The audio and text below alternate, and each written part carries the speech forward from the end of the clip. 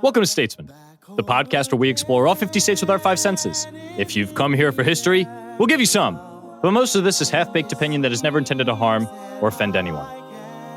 Today, we set a sensory framework to form a gestalt of earth, wind, water, and a hot fuck love of highways. When combined, the only yield of the first three elements is boring old earth, scarred by glaciers, blah, blah. An amalgam of wild beasts and vegetation, blee, blah, and an incomparable and minimalizing view of the puffy pox skies above. And that's where the funny student exclaims, "Suck a greasy one, teach." Fine, I say. But when you take that, the polluted by industry sunsets, billion-year-old limestone, and an endless skyway that belongs to you and I, and add an insatiable hot fuck love of highways, suddenly, the dull chit-chat of nature idling transubstantiates into the crossroads of America, sandwiched within a few mere degrees latitude and longitude. One road is great, but slapping two on top of each other in perpendicular fashion is just totally eggplant splashing emoji. We're only guaranteed one crossroad in our life, the intersection between life and death. So why not spice it up with a hot concrete injection that allows you to have one more? It's the state that pops out vice presidents like pus from a zit. We welcome you to Indiana. When I dream about the moonlight of the Wabash, then I long for my Indiana.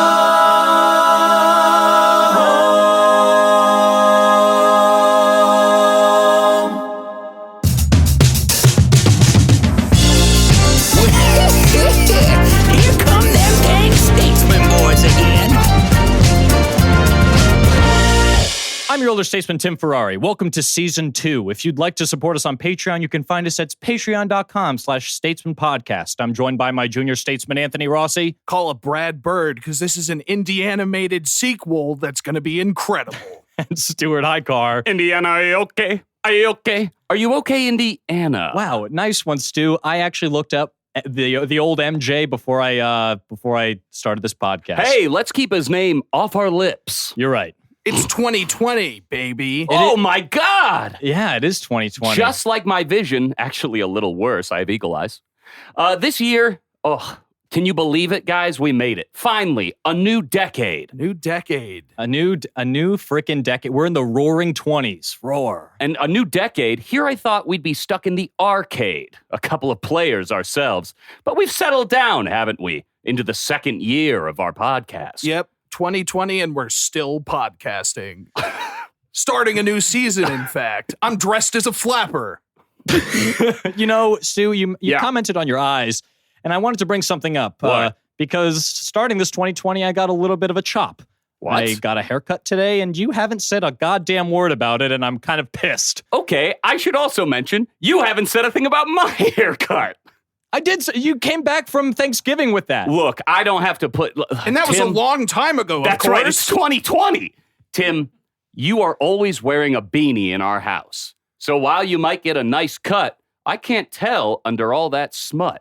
And smut is what I call that beanie, because I don't think you should ever cover your head to God. My goddamn hair's off my shoulders, man. I think it looks good. Taking a look at it, I can see the bottom of your neck, someplace that I haven't visited in a long while. Yeah, you got to stop kissing me. Hey, guys. Huh?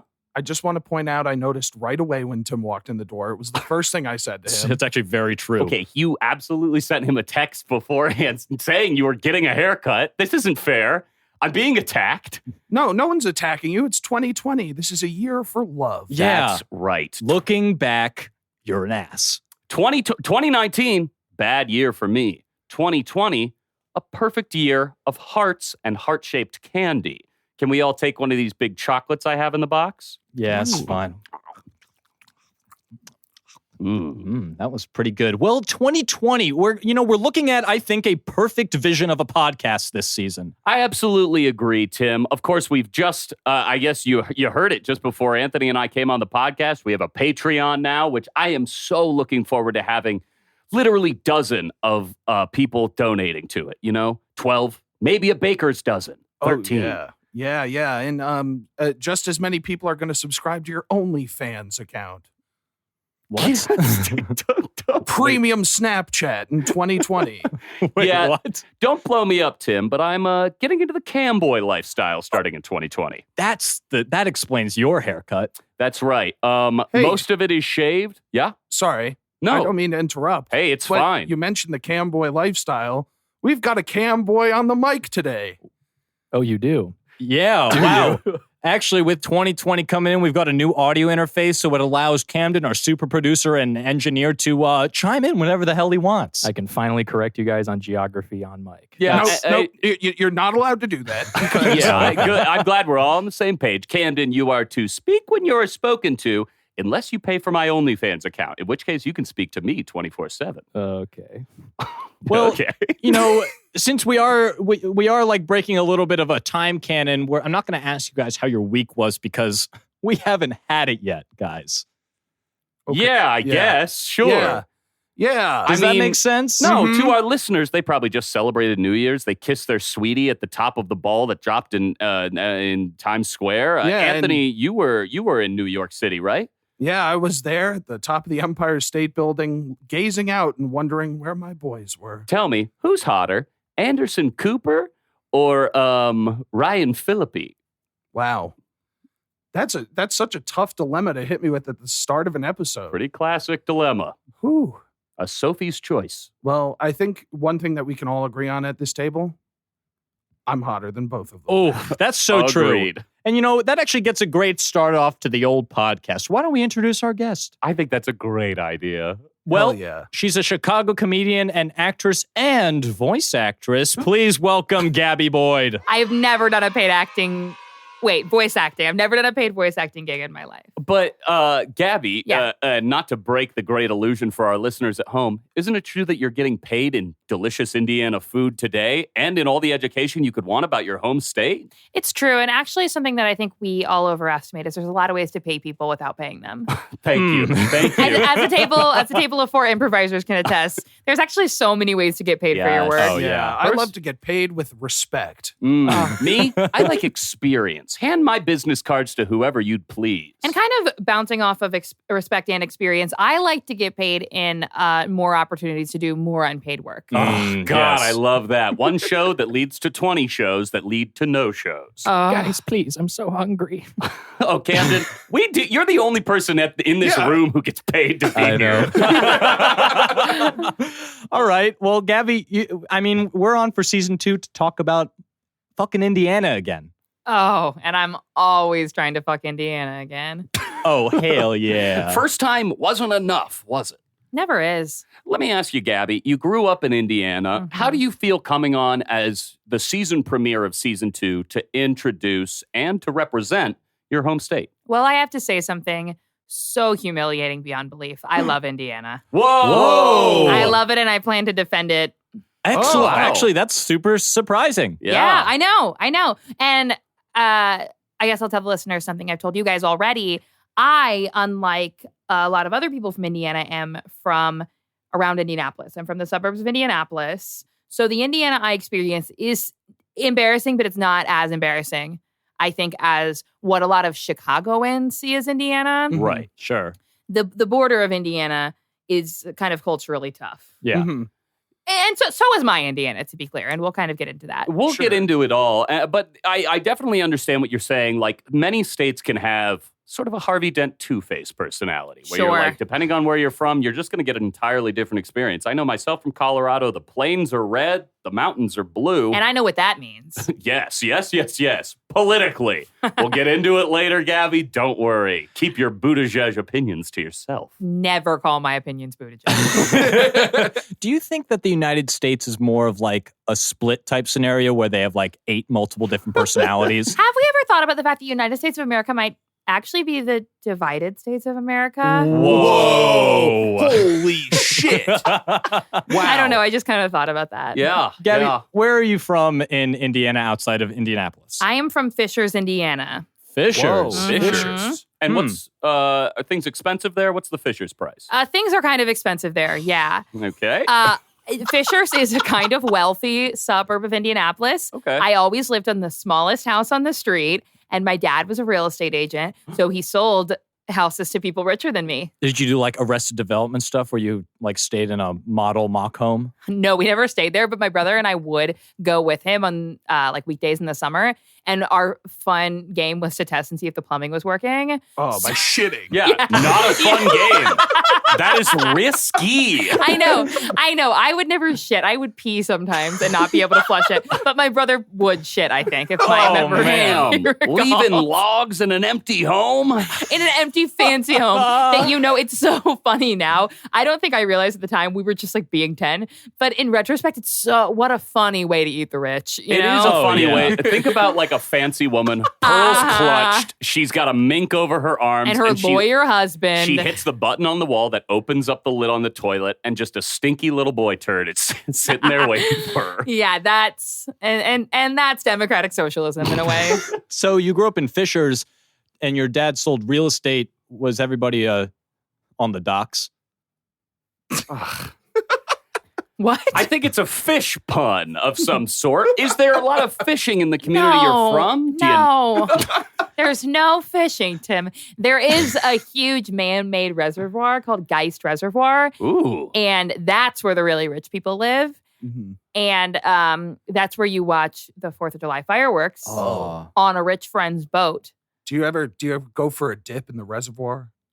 If you know what's good for you, you don't, but everybody does. Wait, what are you saying? What's in that reservoir? I don't know. It smells like shit. So is this like a quarry reservoir? No, or- it's huge.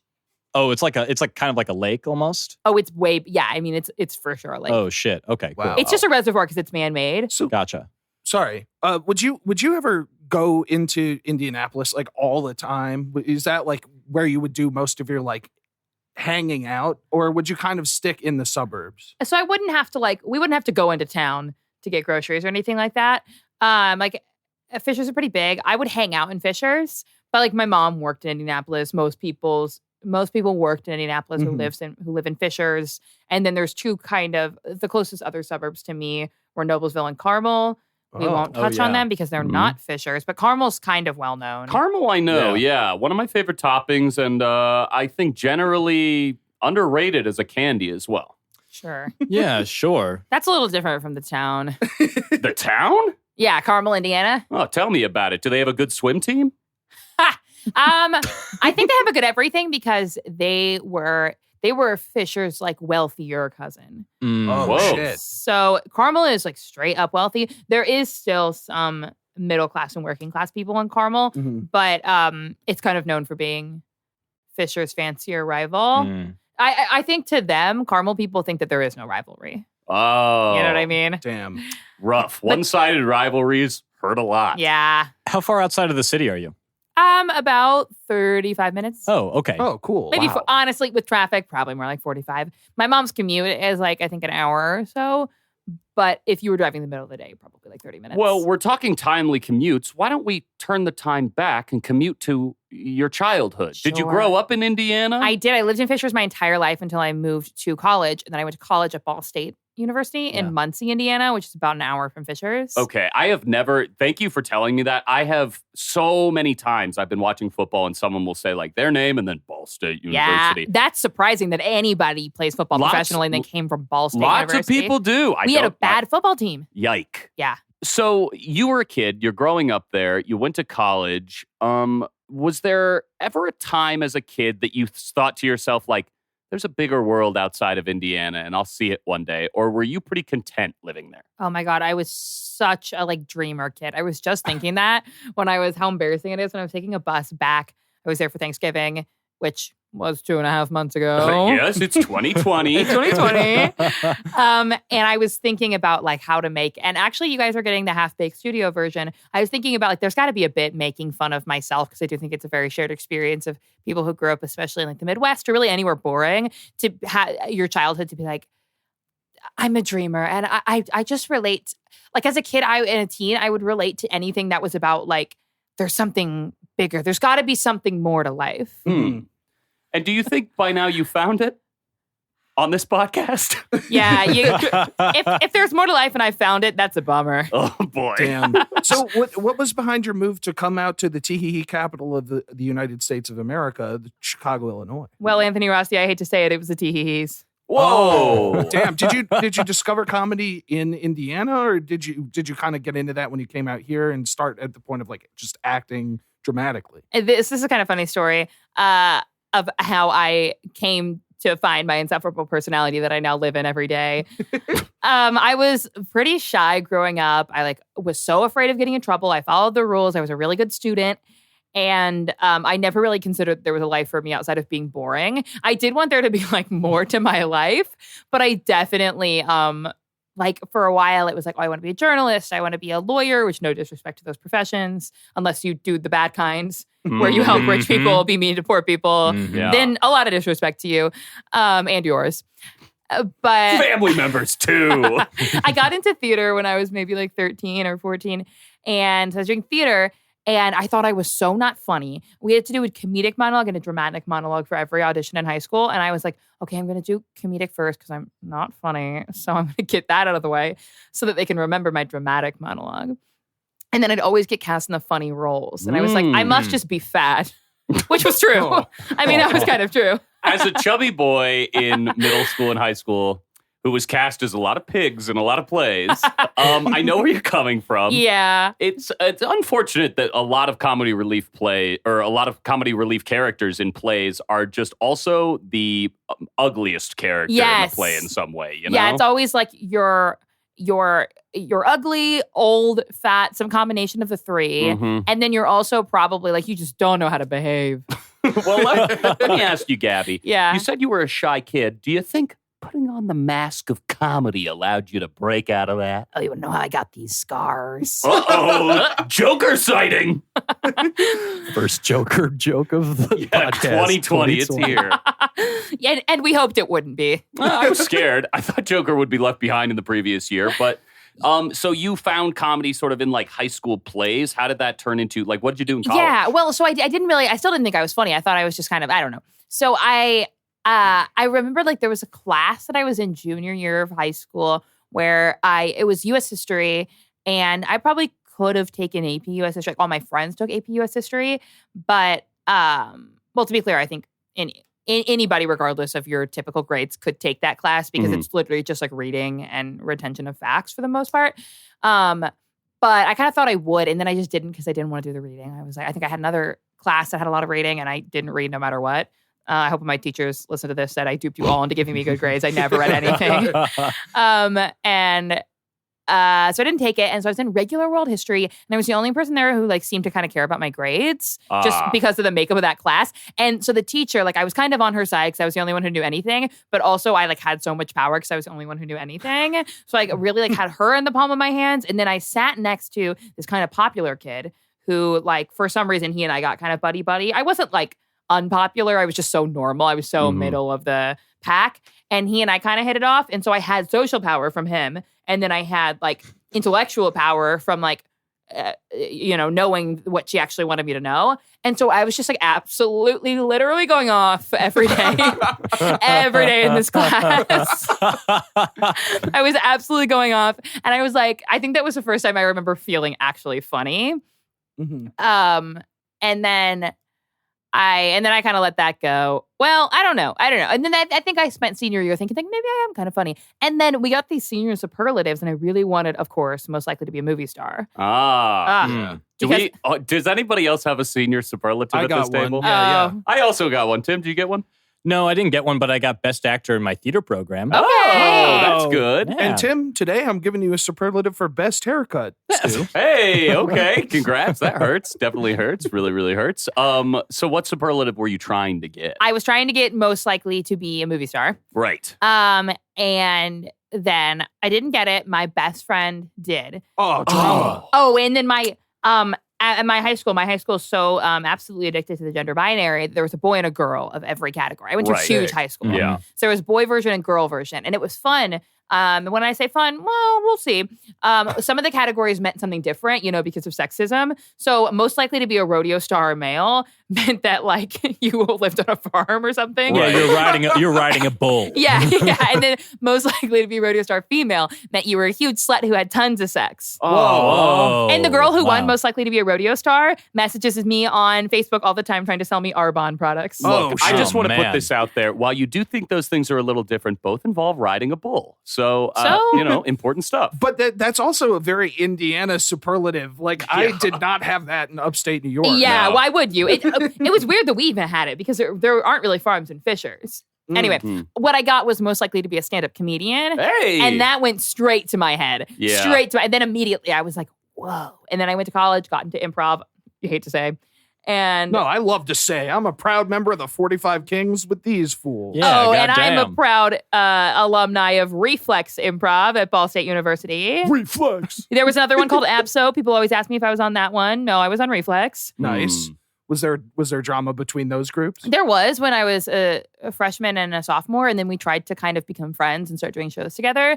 And so we became friends. And but still to this day, I think that like anybody who is an APSO grad, especially if they still do improv, are like, well, APSO was the better one. But a Reflex grad would be like, well, no, I mean, Reflex was the better one. Like we started doing long form first. And I so. mean, as someone in the Chicago comedy community, you can't go to a bar in this town without hearing that conversation. You cannot. I swear. Oh. So Gabby, you graduate from college, or at least you leave college. I don't want to assume anything. I graduated. Congrats. Thank you. Then you come to Chicago. We asked this of a lot of our guests.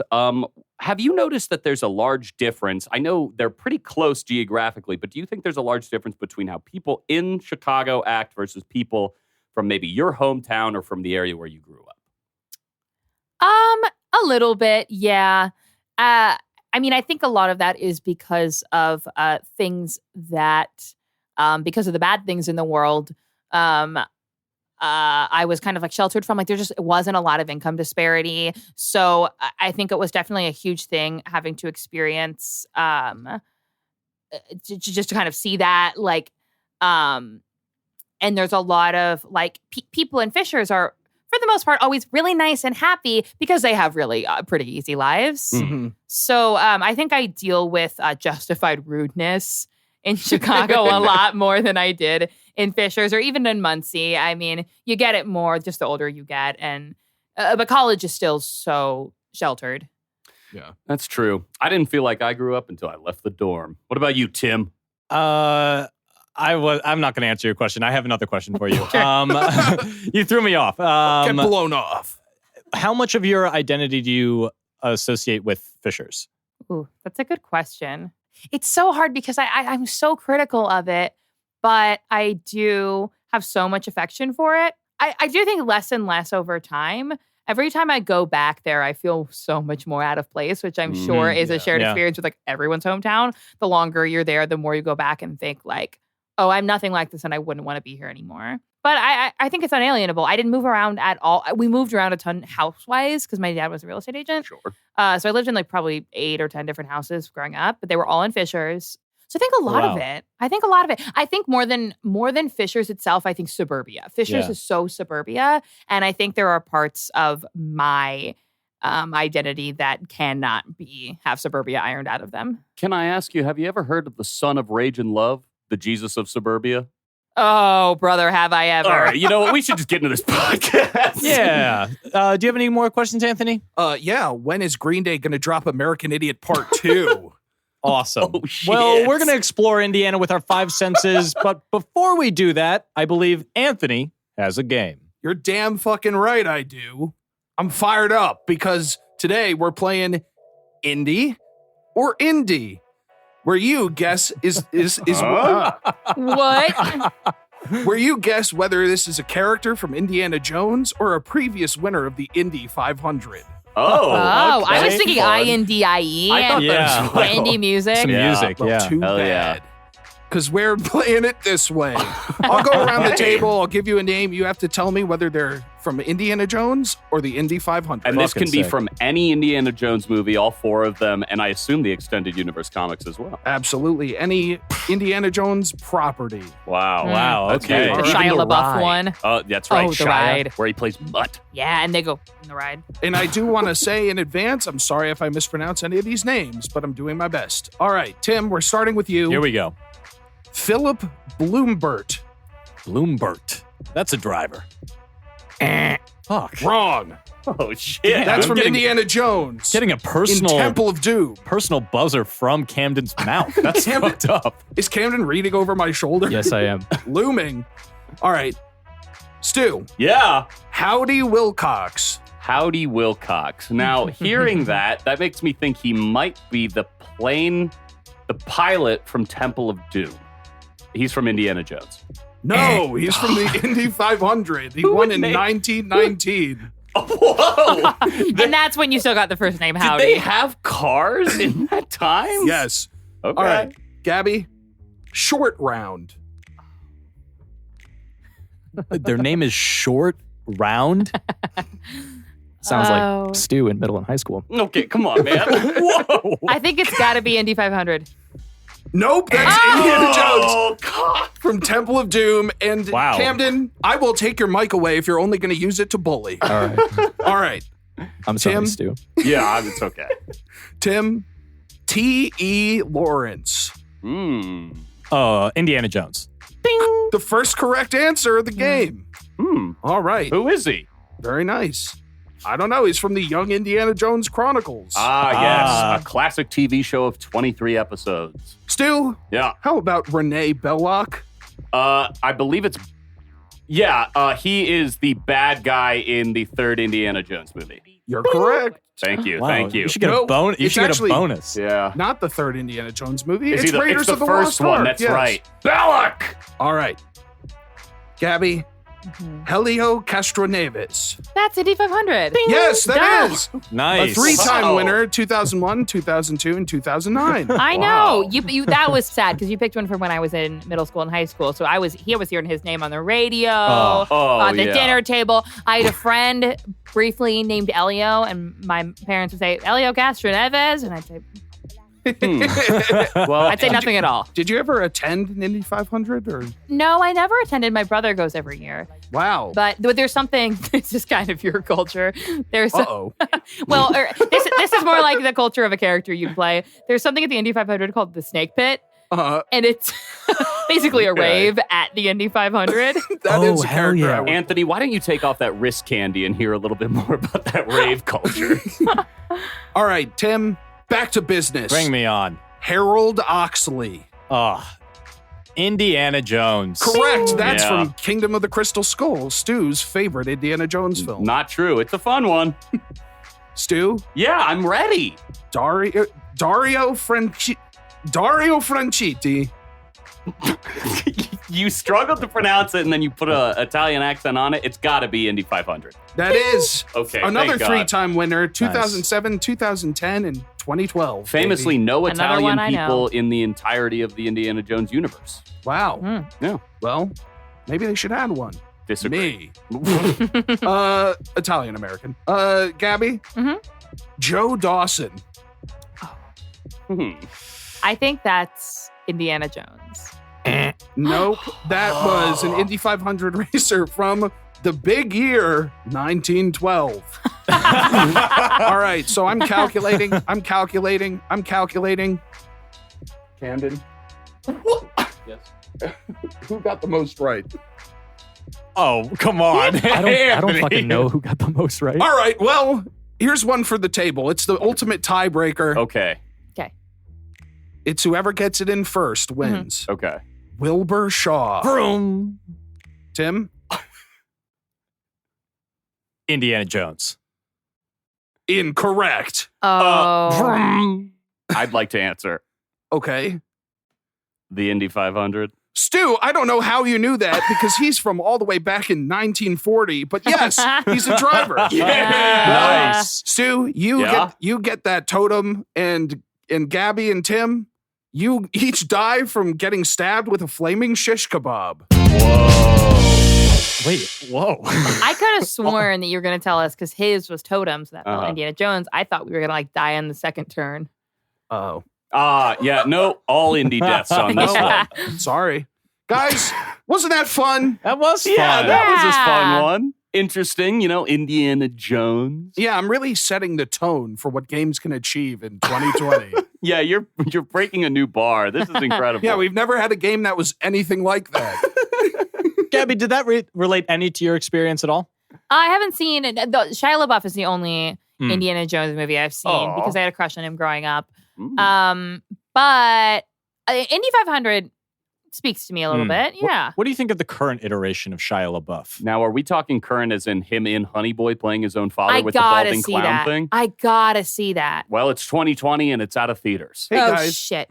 Guys, Yeah. Indiana Jones would never go to the snake pit. All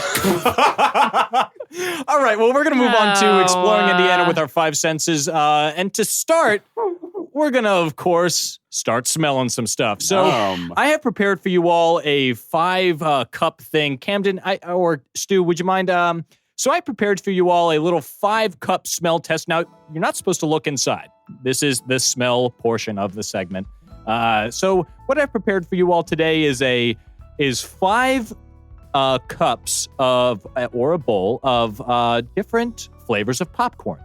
And what I want you to do is try to find what flavors of popcorn they are with just your nose. Anthony is really following the rules of the game. He is putting on a blindfold right now. Does anyone else want one? I've got 2. Sure.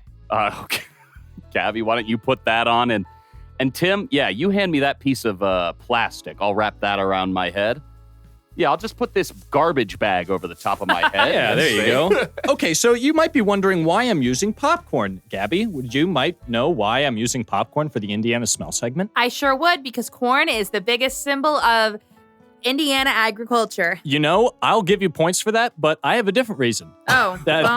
There's a place in Indiana called Popcorn, Indiana, and Indiana produces 20% of the United States' total popcorn reservoirs. Whoa, Tim, are you telling me that Orville Redenbacher himself was a Hoosier?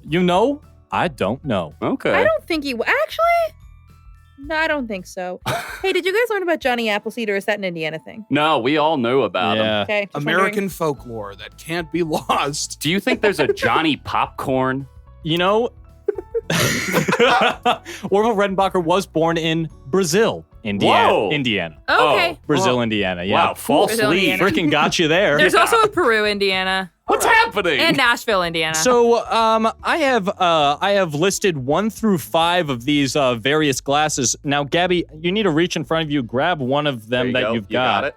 And I want you to go ahead and put that to your sniffer and give it an old whiff. We're going to go around smelling all of them, so keep your thoughts to yourself for right now, and we'll see as you Is there one in front of me? go. I genuinely can't see. There you go. Thank you. Tim is the only one with Daredevil's missing sight. I'm putting my nose I'm putting my nose into a cup right now and taking a big whiff.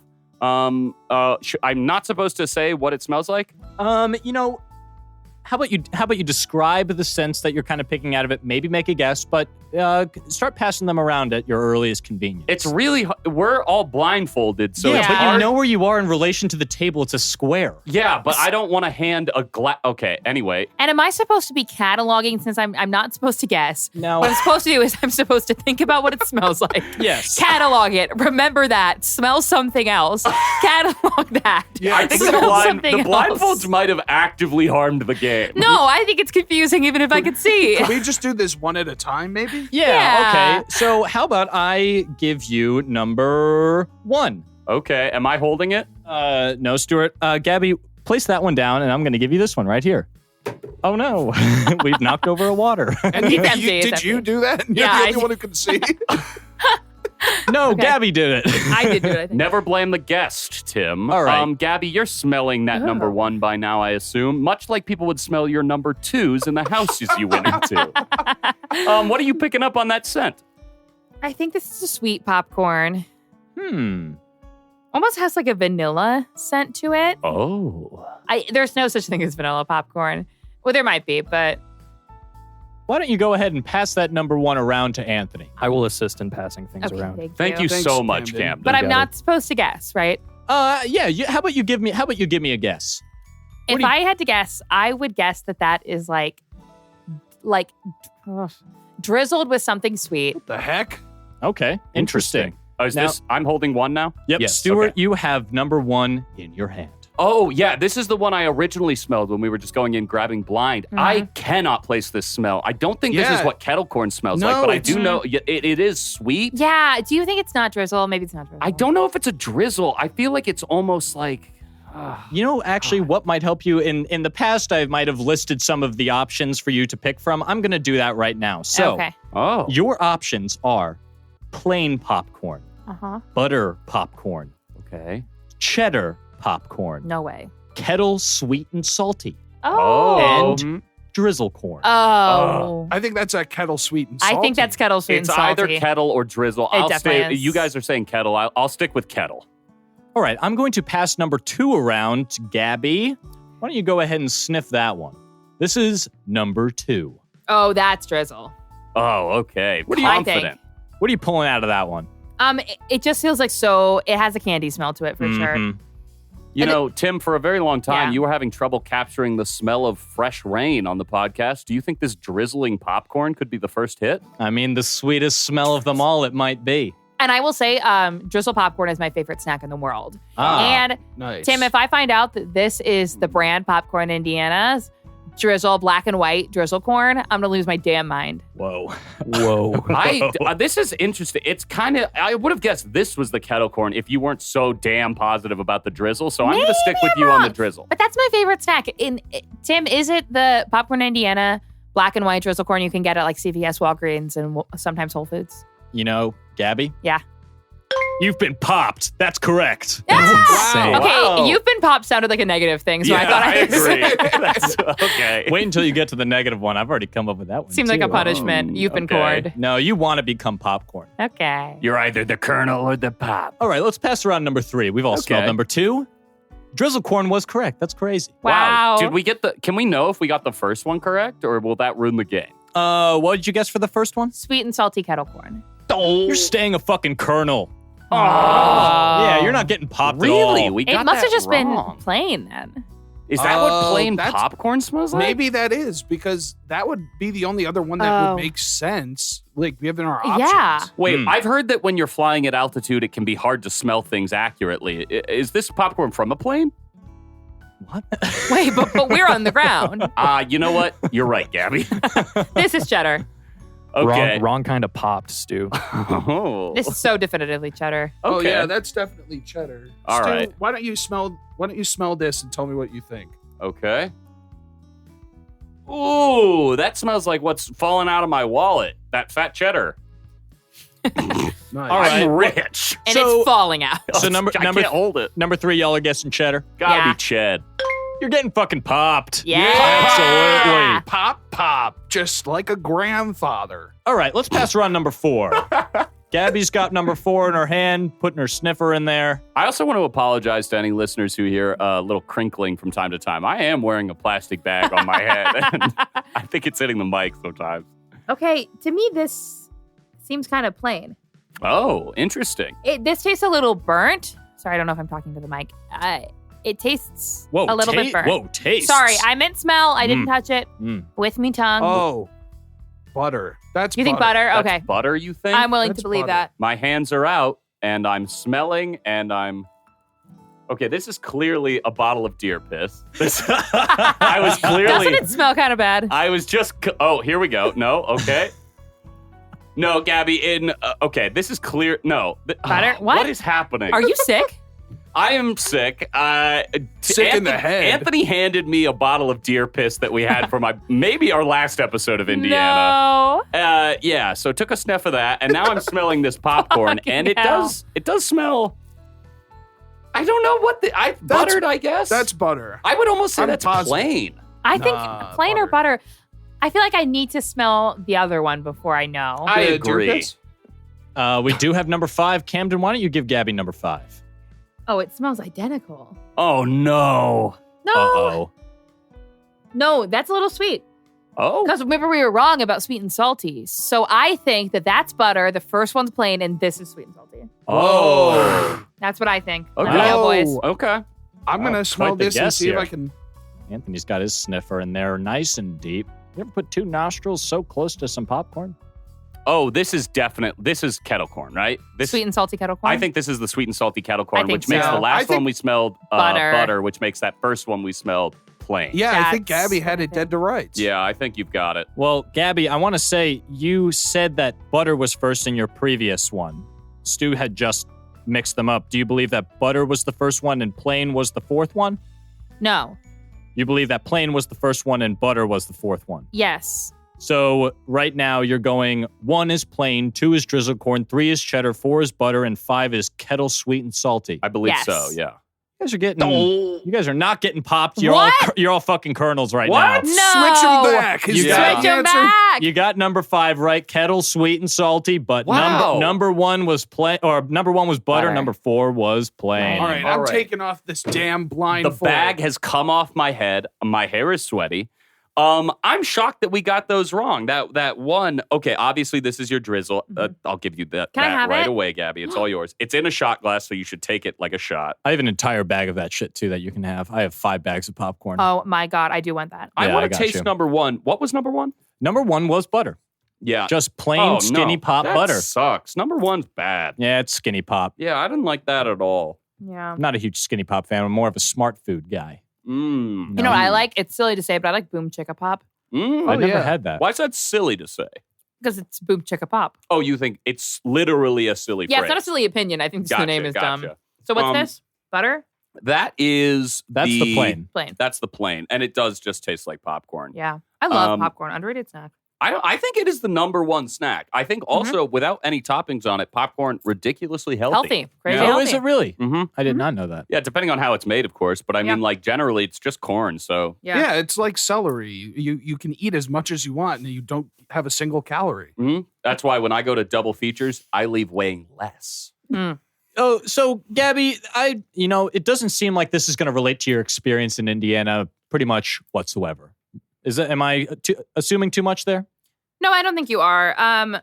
I think that I had just exactly as much popcorn as anyone else had access to in any other state. But I will say something that is relevant to my experience in Indiana and as a child and a young adult is that my dad, for no reason, thinks a fun Friday treat is to go to the movie theater, pretend he's seeing a movie so that he can buy a thing of movie theater popcorn, sneak back out and watch a movie at home. Yeah, this is a very Whoa. dad move. I don't want to shout anyone out, but I have also seen a dad close to me doing this. And I don't know what it is. It's the most expensive popcorn in the world. I know. It doesn't add up at all in my head. It's like $15. But something about for a having the bucket. bucket, I He think, is loves the exciting. bucket. And it has like Captain Marvel on the side. Yeah, and it's like, he's like, you can't get this kind of butter. And I was like, it's just melted butter. not real It's butter, not butter. Dad. It's oil. Yeah. It's bad. Shame. But And- you can't get that butter that's negative calories at home. It's a good running point. my mouth is my cardio. Yikes. Gabby, what other smells would you commonly relate to the state of Indiana? Cow shit. Cow shit. Oh my 100%. gosh. Wait, wow, really? I do want you to smell this. This is from our first Indiana episode. This is deer piss. This is the deer piss. You're not going to be able to smell it. You have to take off the Oh, cap yeah. and Yeah. full Like a nose deer. that Please shit. do not And this is spill for it. hunting. Yeah, it's it for is hunting. for tracking. It's like doe piss. So And this it, is not deer piss. It smells like deer piss, or it is deer piss. it might honestly be deer piss. Anthony, you don't have to take that out every time you do it. It is doe pheromone. Okay. And you want me to say if I recognize this smell? no, just Yeah, does it relate to Indiana at all? yeah. Yeah, don't get too said close. don't go hard. Don't go too Yeah, don't close. breathe to in that. deep. You'll get drunk. Yeah, you will have a child with antlers if you smell too deep. Damn, that shit That shit's hits, rank. That cuts. Yeah. That cuts. It does kind of relate to with the cow shit smell. It smells similar to that. There is a smell that's so distinctly Indiana to me that's like going to the state fair. Mm-hmm. The Indiana State Fair is so fun. It's absolute trash. Every year, the theme is always something like soybeans. Fun theme. As a theme? Yeah. It's always like an agricultural theme. I would love to write a book report on like 1984 and have the theme be soybean. If you want the Indiana State Fair experience, I can offer you 2 resources. One is at my house.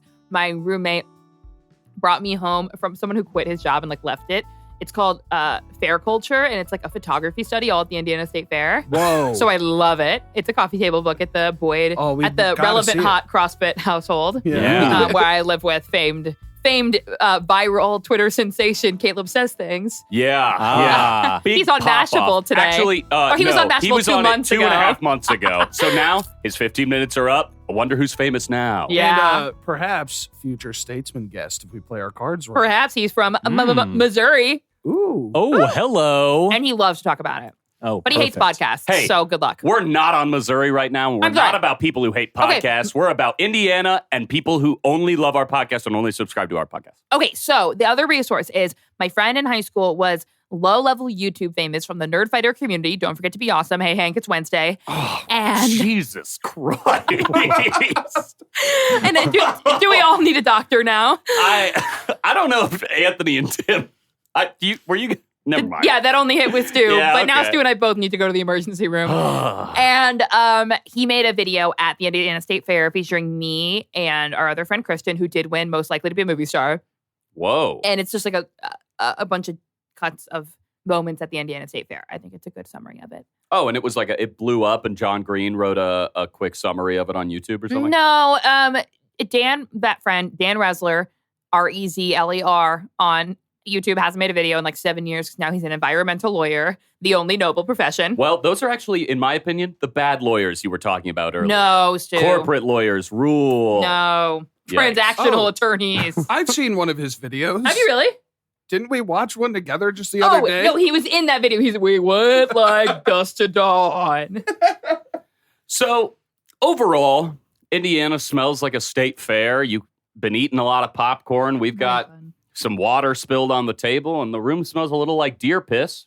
Do you think this segment went well? Based on like, did it go well, or does it remind me of Indiana? Well, here's the thing. We need a ranking system. I got a ranking system for you. Out of the 42 people who currently live in Popcorn, Indiana, and it says that on the front of the my popcorn God. bag. Wow. How many of those 42 people am I getting for this smell segment? I think 28. You know what?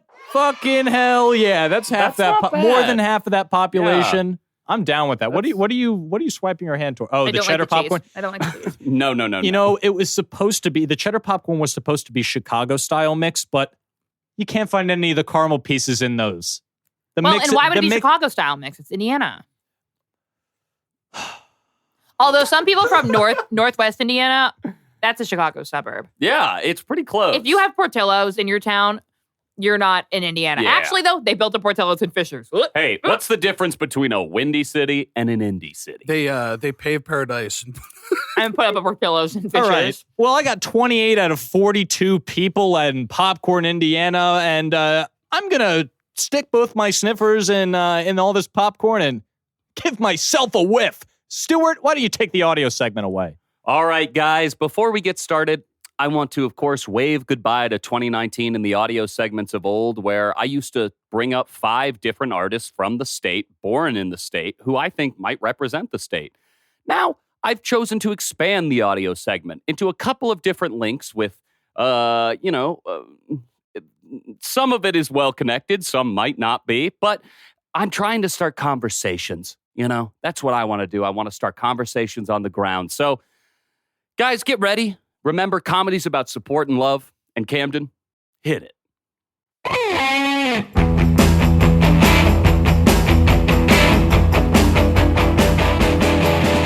Flew into Indiana to meet Mayor Pete. I think he's a heck of a guy. My flight was delayed. I got a middle seat. 3 a.m. Southwest red eye. We're back in Indiana. Indianapolis International Airport. Back in the Indy airport. Okay. Nailed that. What Stu- conversation is that supposed to start? Well, let's talk about the Indianapolis International Airport, the winner of the best airport in America 7 times in a row. Stu, you do know that there is a song called Back Home Again in Indiana. You didn't have to do any of that. Oh, wow. Just like that sniff of deer piss, I've been cut deep. That hurt a lot, but I want to start a conversation about the Indianapolis International Airport. Gabby, you ever been? Oh, yeah. Plenty of times? Plenty of times. Would you rate it a good airport? I have been to it so much. Most of my travel has been like that airport, O'Hare, Midway a couple of times.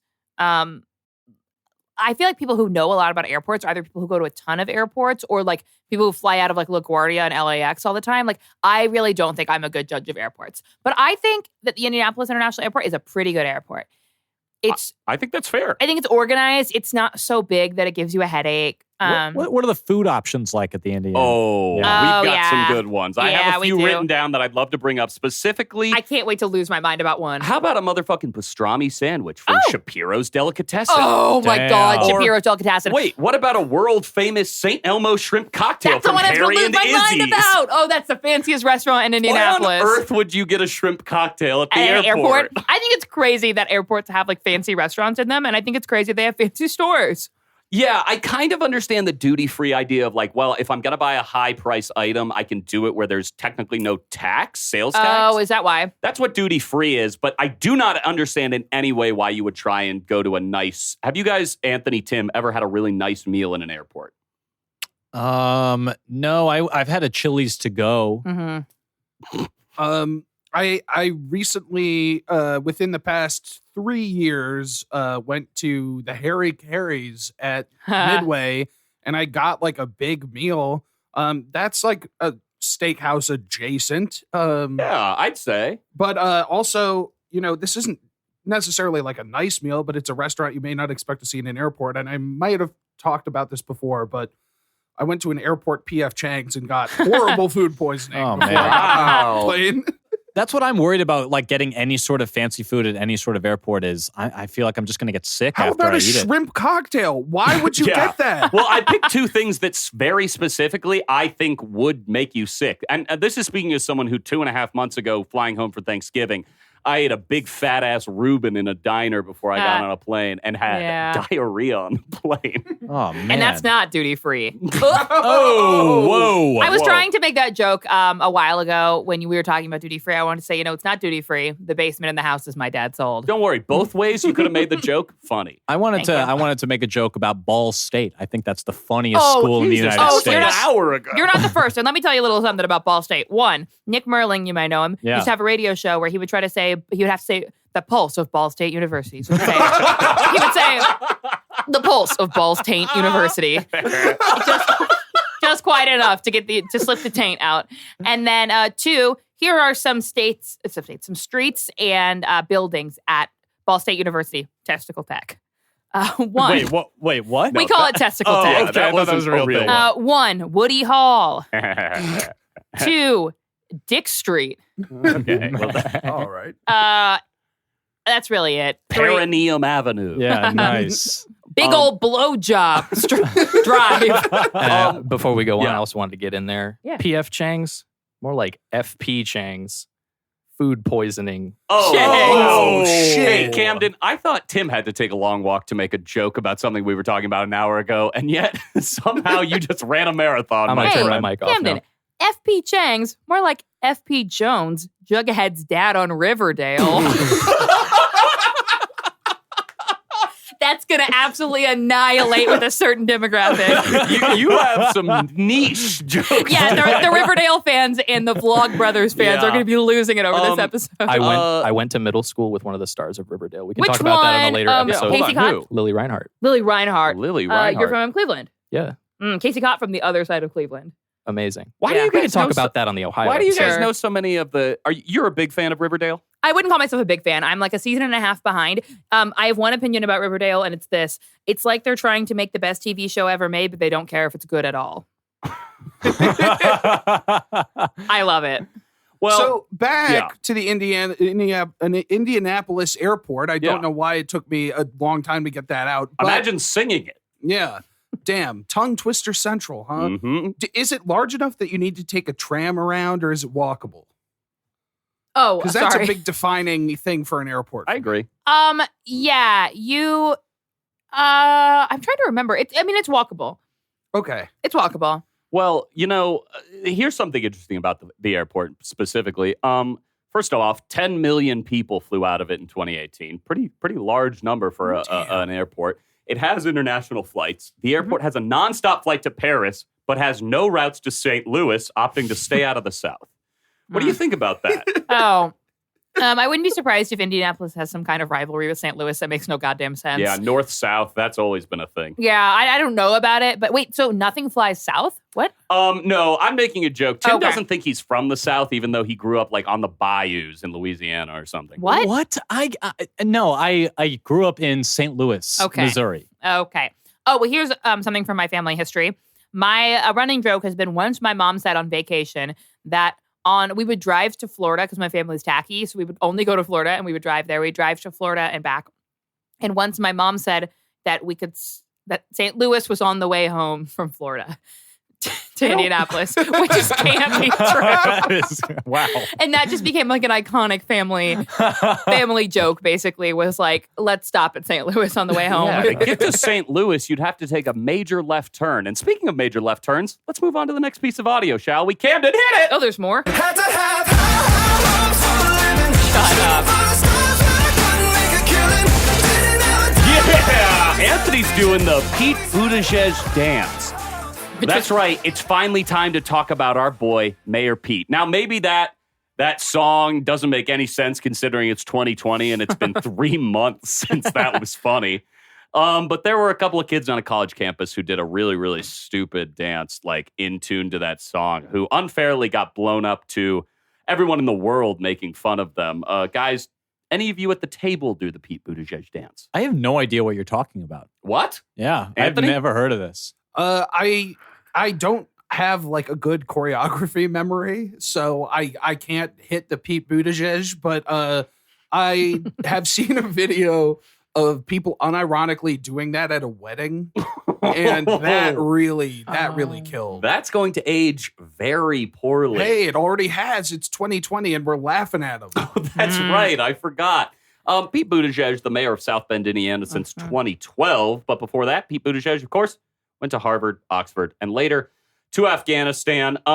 He has zero political experience other than winning a local election by 8,000 votes. Gabby, as someone from Indiana, you have two interesting people tied to the state. We mentioned it a little bit before the pod. Of course, Vice President Mike Pence and Mayor Pete Buttigieg. I can guess your opinion on Mike Pence. I hope I can guess your opinion on Mike Pence. Sure can. He's great. But I want to Handsome guy. I love silver foxes. I once read that that Mike Pence drinks an O'Toole's O'Doul's every Friday night. And I bet he blacks out after that. Stu, you're making his silver foxes. Sorry, Ryan Felipe. What? Okay. Wow. I want to ask you, Gabby, what are your feelings on Pete Buttigieg kind of representing Indiana and a big nod's no? I mean, it's in the presidential election. How do you feel about Buttigieg as a whole? I do think that that there's something about Pete Buttigieg that does remind me a lot of my home, like a smiling, clean-cut white person who seems nice. Yeah. Like, people from my part of Indiana absolutely love like white people that seem nice. Yeah. Would you say there's maybe an insincerity that's like somewhere in his whole thing? Yes. It seems like he just seems like someone who is not thinking things through. Interesting. Maybe he's thinking things through a little too much. I do want to point out to our listeners that When Gabby was saying seems nice, she was doing air quotes, which you might have been able to hear in the whooshing in the air. But I That's just right. wanted to clear that up. Yeah, he does seem like someone who publicly is very nice, but who maybe he yells at his husband Chasten when they're alone. Oh, Chasten, who apparently is an improviser. Whoa, what? Whoa. Yeah, Chasten Buttigieg. I wanted Took to a bring class up. at Under the Gun. Ooh. I saw it on Twitter. I wanted to bring up the fact that there was a competition on Twitter, I guess 4 months ago now, to win tickets to see Hamilton live with Chasten Buttigieg. Why would you want to do that? Why wouldn't you? Guys, let's go around the table. Tim, did you win that contest? No. Okay, Anthony? As a matter of fact, I did. Whoa, yes, finally. Can you tell me, is he as haunting as he seems? And how did you like Hamilton? Hamilton, B-. Okay. Chasten's Company, C+. Oh. The thought of going to see Hamilton with Chasten Buttigieg has the exact same energy as like t-shirts from Target that say things like coffee till wine. I don't know what it is. Like, one part of me is so happy that we have a serious candidate who identifies as a gay man. That is like huge progress for America. And then the other part of me is like, God, I wish he wasn't such a fucking square. Yeah, it'd be so cool to have a gay president, but not this one. Yeah, right? God, and I hate to say that, but, you know, I guess that's where we're sitting on him. Before we move on, guys, any other opinions about Mayor Pete? Is he going to get your vote this year in November? Speaking of obtuse squares, does the Pete Buttigieg dance look anything like the floss? Because homie's got great teeth. Oh, God. Camden. You gave him a mic and he's using it for this? I know. Yeah, I know. Camden, you are losing privileges very quickly. I'm sorry. Yeah, any thoughts, Anthony? Any thoughts on what? I'm sorry, I got distracted by Camden. I don't know. I guess just like Pete Buttigieg in general. Maybe there's honestly a chance that by the time this episode drops, he's maybe not a candidate anymore. I don't know. There was recently, and again, recently is so fucked up right now, but there was a poll from Iowa that said like, he's like backed by the most voters of any Iowa caucus candidate. And it was shocking. Then you look into the results of it, and it's because of 50% of the people polled were Republicans. And it's like a lot of Republican centrists really like Pete Buttigieg. And that's what like freaks me out about Pete Buttigieg. 100%. Yeah. Yeah, he seems to me like the kind of person who his ultimate drive is to become president no matter what, and I distrust people who are motivated by that compulsion. Yeah, agreed. Well, Tim, I see you crossing Mayor Pete off your should vote for list. Oh, only Warren left. What do you want me to do? All What do you right, want me to Camden, say? hit the next audio cue, and guys, sing along if you know the words. Take me out to the ball game. Take me out to the crowd. Theater in Chicago. Buy me some peanuts and drizzle corn. Ooh, I don't care if I ever come back to the Statesmen podcast. Guys, what we just heard there was a disaster. It was Take Me Out to the Ball Game, written by Albert von Tilzer. Now, I bring this up because Albert von Tilzer, a resident of Indiana, was born there way back when. And I wanted to talk about this as a segue into maybe some sports memories of yours, Gabby, if you've ever, you know, I know Indiana, a bit of a drought of professional sports team, especially when you're talking about baseball. But I do want to I want to run by a couple of songs that Albert von Tilzer wrote and see if you guys, if you recognize any of those. This man literally wrote hundreds upon hundreds of Tin Pan Alley genre songs, which is what, like, Take Me Out to the Ball Game is. Do any of these sound familiar? The Alcoholic Blues. Au revoir, but not goodbye, soldier boy. That's Kiss Me Through the Phone.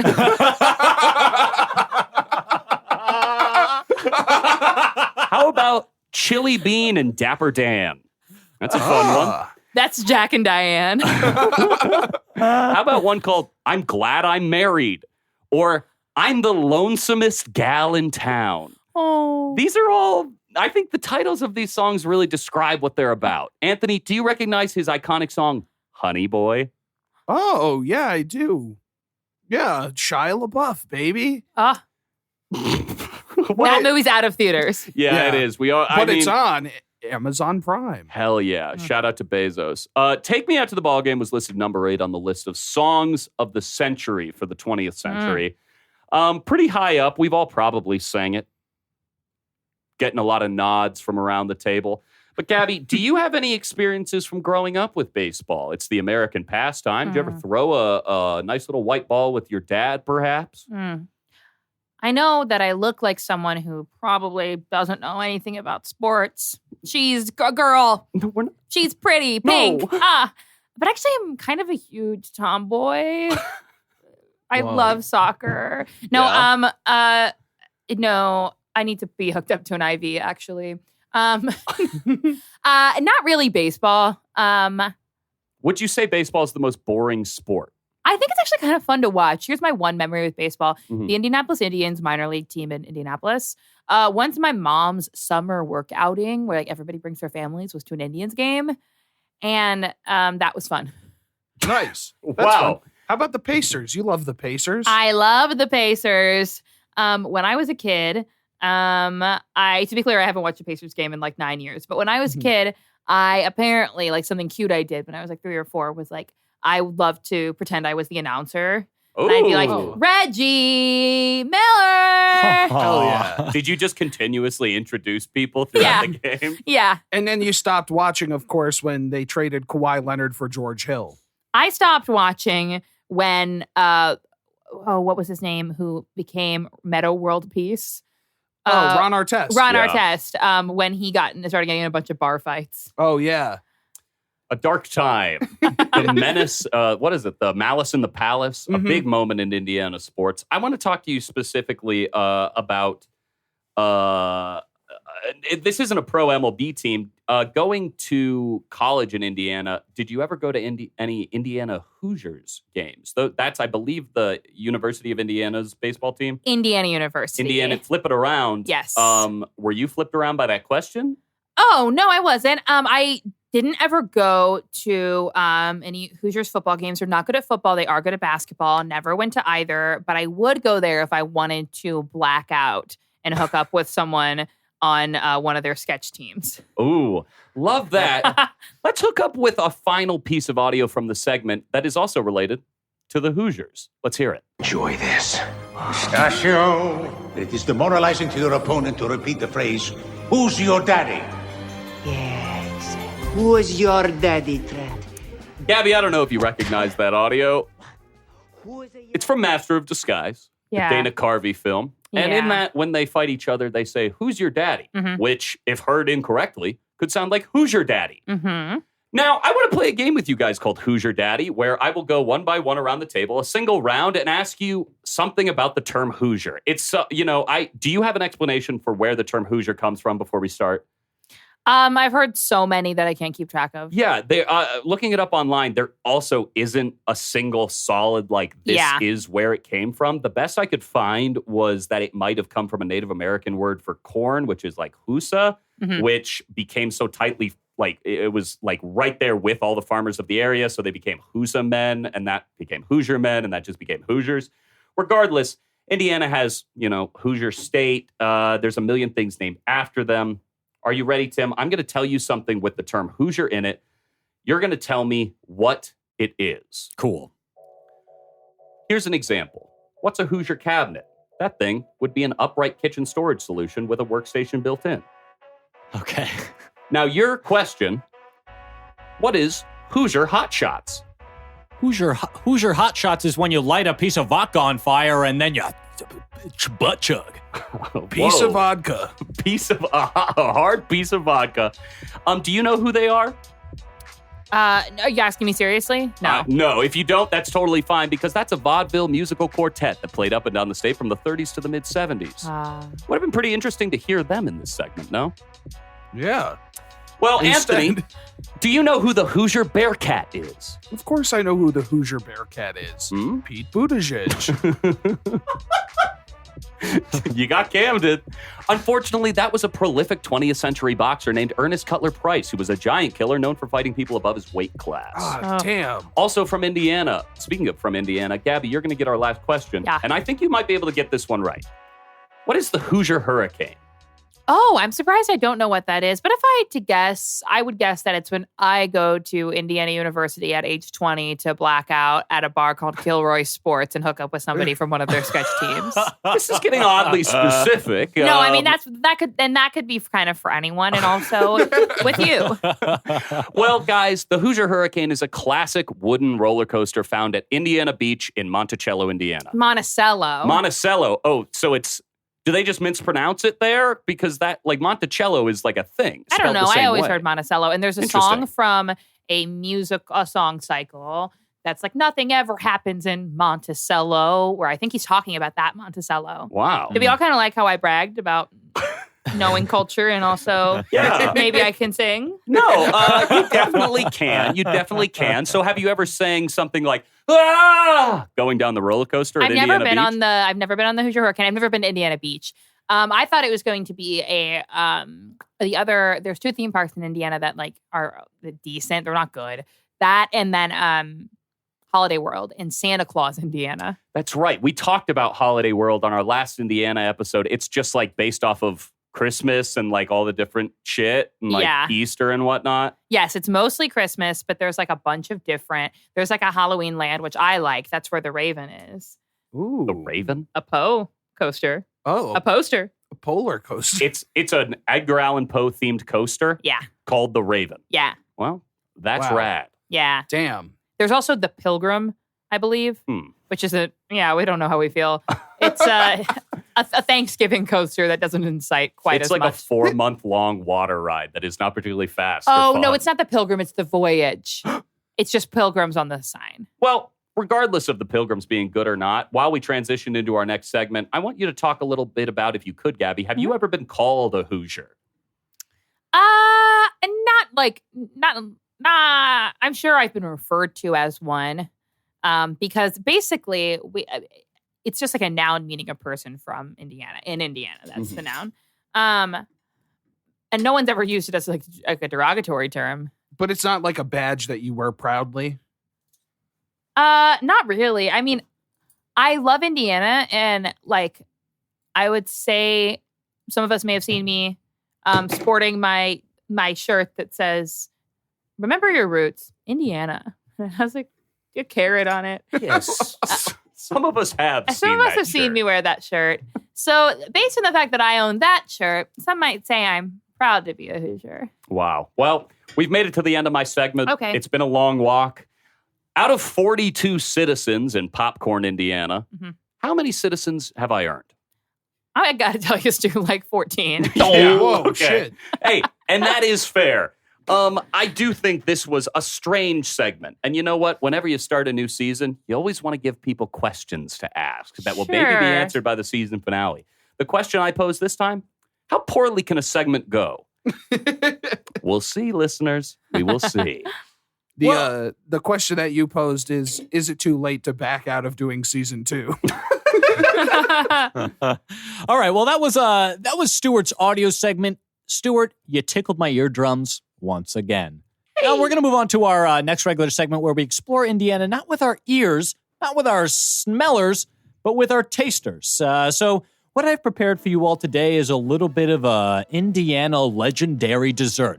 Next to the sugar cream pie, the Wikipedia article that I read for the Indiana cuisine lists persimmon pudding next to it. Now, Gabby, have you ever heard of persimmon pudding? I've never heard of persimmon pudding, and I also want to just clear something up that might not be clear to the listeners, which is that every piece you gave us looks like it has a bite taken out of it already. Yeah, what was the deal with that? What kind of container did you cook this in? I had a botched cutting job. I'm sorry, guys. Oh, okay, so this is a Camden thing. It looked like a tiny mouse had taken a nibble out of every corner of now, this pie. I will admit, I did take a tiny little nibble after it came out of the oven yesterday, just scooped it right up, right off the top, but you shouldn't really notice it. Now, it seems like everybody's kind of enjoying this. We did notice.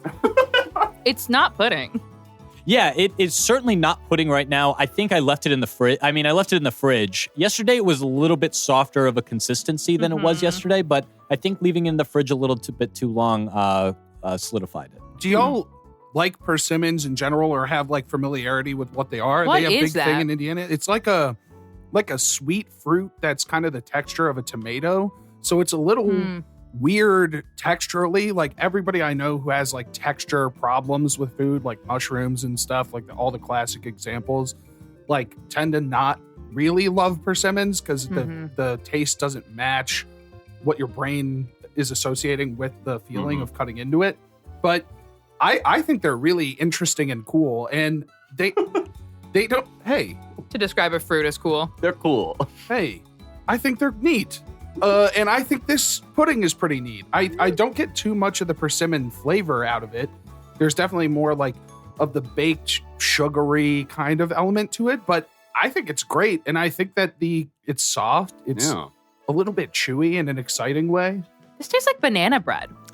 I do have a fork. It's right in front of me. I haven't had a bite of it yet. So let me, while you're taking that bite, yeah, it definitely has a banana bread texture. That was the first thing that it's like a thicker banana bread. And I wish I could say that I know what persimmons taste like, but I don't. I like can't even imagine in my head. I don't think I've ever had a dish with it, or if I had, it's been so covered up by ketchup that I wouldn't know. Do you want a persimmon? I have extra persimmons in the kitchen that I can go get us right now. Could you pop one out just so we could show them what it's like? I just wanted to do a little 360 in front of me so that I can take a peek. All right, looks like Camden is going to grab some persimmons. Another thing that I prepared for you all today is something that we already have all in front of us, except you, Gabby, because you knocked yours over.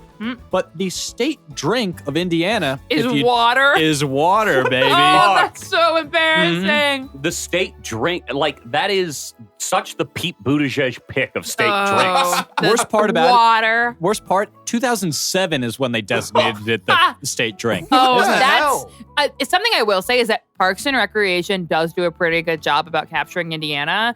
And there's always an anti-obesity campaign going on in Indiana. It's always like oh, fuck, we've all drank butter for every meal for the past 12 years. We better make the state drink water. Do you think that has some connection to that, you remember that corn syrup epidemic that we all went through a little while ago when that we discovered suddenly that was in every food we ate and that it was also the worst thing man can create? Yeah. I wonder if that has some sort of connection to that corny state. Yeah, it probably does. I wouldn't be surprised if that's a huge agricultural output of Indiana. And I wouldn't be surprised if the farmers were hurting after that kind of became...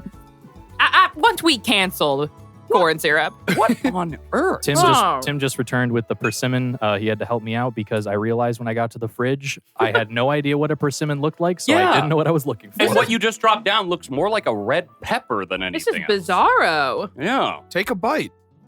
I fear. What, like an apple? Yeah, just go bite into it. It's a fruit. Is there anyone who's not germaphobe that I could drink your water just in case I hate it after? Sure, yeah. I'm going to bite this last. I am a little sick, and I don't want anybody to, kiss me accidentally, Tim. What are your thoughts there? You're puzzled. Yeah, Gabby just did like a neck stretch like it was one of the most delectable things she's ever had. Really? I thought it looked like she was trying to swallow it quickly. Yeah. I don't like that it looks like you're biting into it like a tomato. It doesn't taste like much. Interesting. I think it's super squishy like a tomato, is it not? Yeah, I think the tomato resemblance bothered me. Something that bothers me is that it looks like a vegetable. Yeah. So it's really hard to prepare yourself for a fruity taste. It kind of tastes like in the ballpark of an apricot. Yes. Yeah, I was it's a gonna less say, sweet apricot. like It's not peach. sweet. It's like peachy almost. Yeah. The texture on the inside reminds me of like pumpkin guts, and then it kind of tastes like a peach and feels like a tomato. Is a pumpkin a fruit? I think. Oh, you have to go to think Halloween so. Land to figure that one out. Oh. Camden's racing back to his mic to... Technically, yes, because it renders seeds. Ah, duh. Yeah. That's why we give him the mic. Yeah. That was gross. cash. I think I can be the first one to say that is not a pleasant thing to bite into. Sick. I think it tastes rotten. It doesn't taste rotten, but it definitely feels rotten, rotten in the mouth. It looks rotten and it feels rotten. Yeah, right? The taste is fine. The taste is fine. It feels like, sort of pleasant, but I can see why I don't get a lot of that taste in the pudding itself. 'Cause Yeah. It doesn't seem in any way strong. I think what I was saying before is that like the texture turns people off right away. But the thing about persimmons is like, in my experience with them, they can be much sweeter than this or much more tart.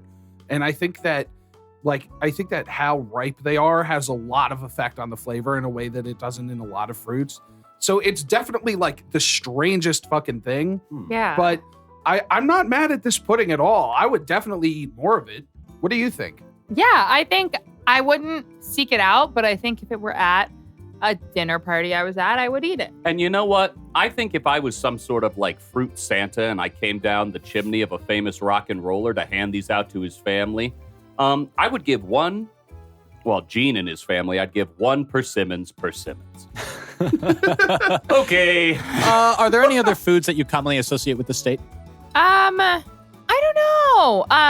What are your thoughts on chili mac? Oh, I do like chili mac. Okay. I like chili mac. Yeah, I think what I'm trying to not just name like foods that I like to eat when I'm there, or like foods my mom eats well. Feel free. Well. That's like kind of the whole point. Well, okay. So I'll talk about a couple of restaurants that I love that are Indianapolis specific or Indiana specific. Stu hit on a couple. Mm-hmm. So St. Elmo's I've only been to a couple of times, but that is the fancy Indianapolis place. They are famous for their shrimp cocktail. And only in the airport. Yeah, right. They're only in the airport. Gotcha. No, there's a couple. Okay. This is funny. Senior year of high school, I went with one of my friends to a like fancy student council dinner. I used to be on student council. Whoa. And then what? Bragging. Yeah, he brought me as his like date, and then everyone thought we were dating, but we were not dating. Whoa. So, okay, it's okay. Hey, and this is a good space to let's just get it all out. kind of air it out. Yeah. And then Shapiro's Delicatessen. That's a Jewish deli in Indianapolis. So good. The potato salad is so good. Oh, and there is one of those. They just built one a little closer to me, and they redid the food court in the fancy mall. The mall that is so fancy. There's Captain Square Mall, Norma Mall, and there's an outdoor mall across my parents' house, Hamilton Town Center. And then there's the fancy mall that is so fancy that its real name is Keystone Square Mall, I think. But they call it the Fashion Mall. I like that no matter where you are, I think everyone in America can say, oh, not that mall. I mean the fancy mall. Yeah. Like everyone has two malls and one is not the fancy mall. Yeah. I'm a big mall rat. What was your favorite store to go to when you were at the mall? Forever 21, for sure. You had to say it. Is that where you got that carrot shirt? No, of course not. I don't go there really anymore, and no one does, which is why they're going under. But now when I go there, my favorite stores to go to are, this is so sad, but like, this is how much I do care for Indiana when I'm not there. There's a store at the outdoor mall across from my mom's house, my parents' house, called, what's it called? Homegrown. It's called Homegrown, but it's all Indiana stuff.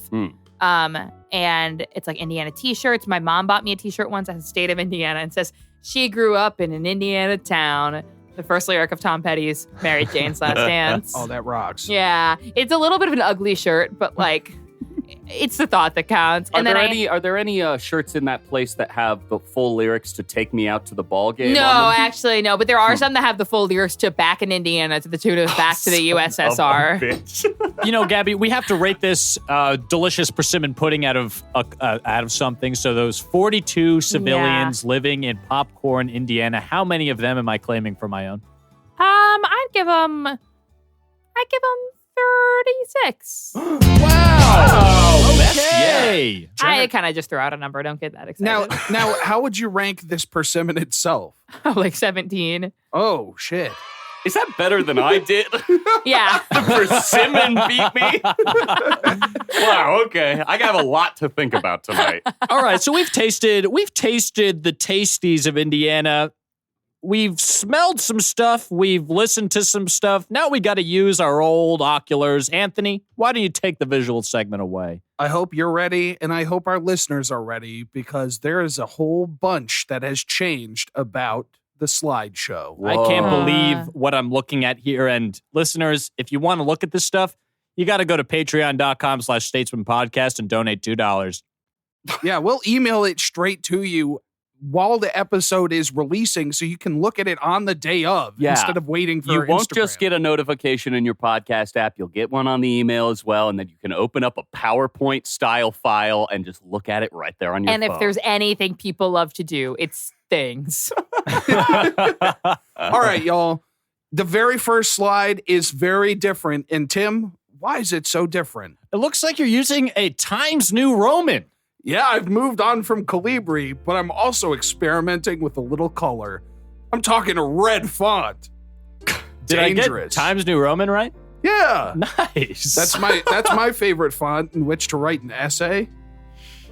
Right? Yeah. Sure. Okay. Okay. I'm an Often Arial required. black guy myself. Oh, fine. I'm an Arial pink guy. Love that music. All right, let's move on to the next slide already. Here we have our first difference. We're not looking at the state outline anymore. We've been there, done that. We're looking at the state license plate. Wow. In the year 2019, and hopefully into 2020, this is the license plate that is on Indiana cars. It's a good one. Now it says Indiana at the top. There's obviously, bullshit text in the middle. We're not reading someone's actual license plate. It says 123 ABC.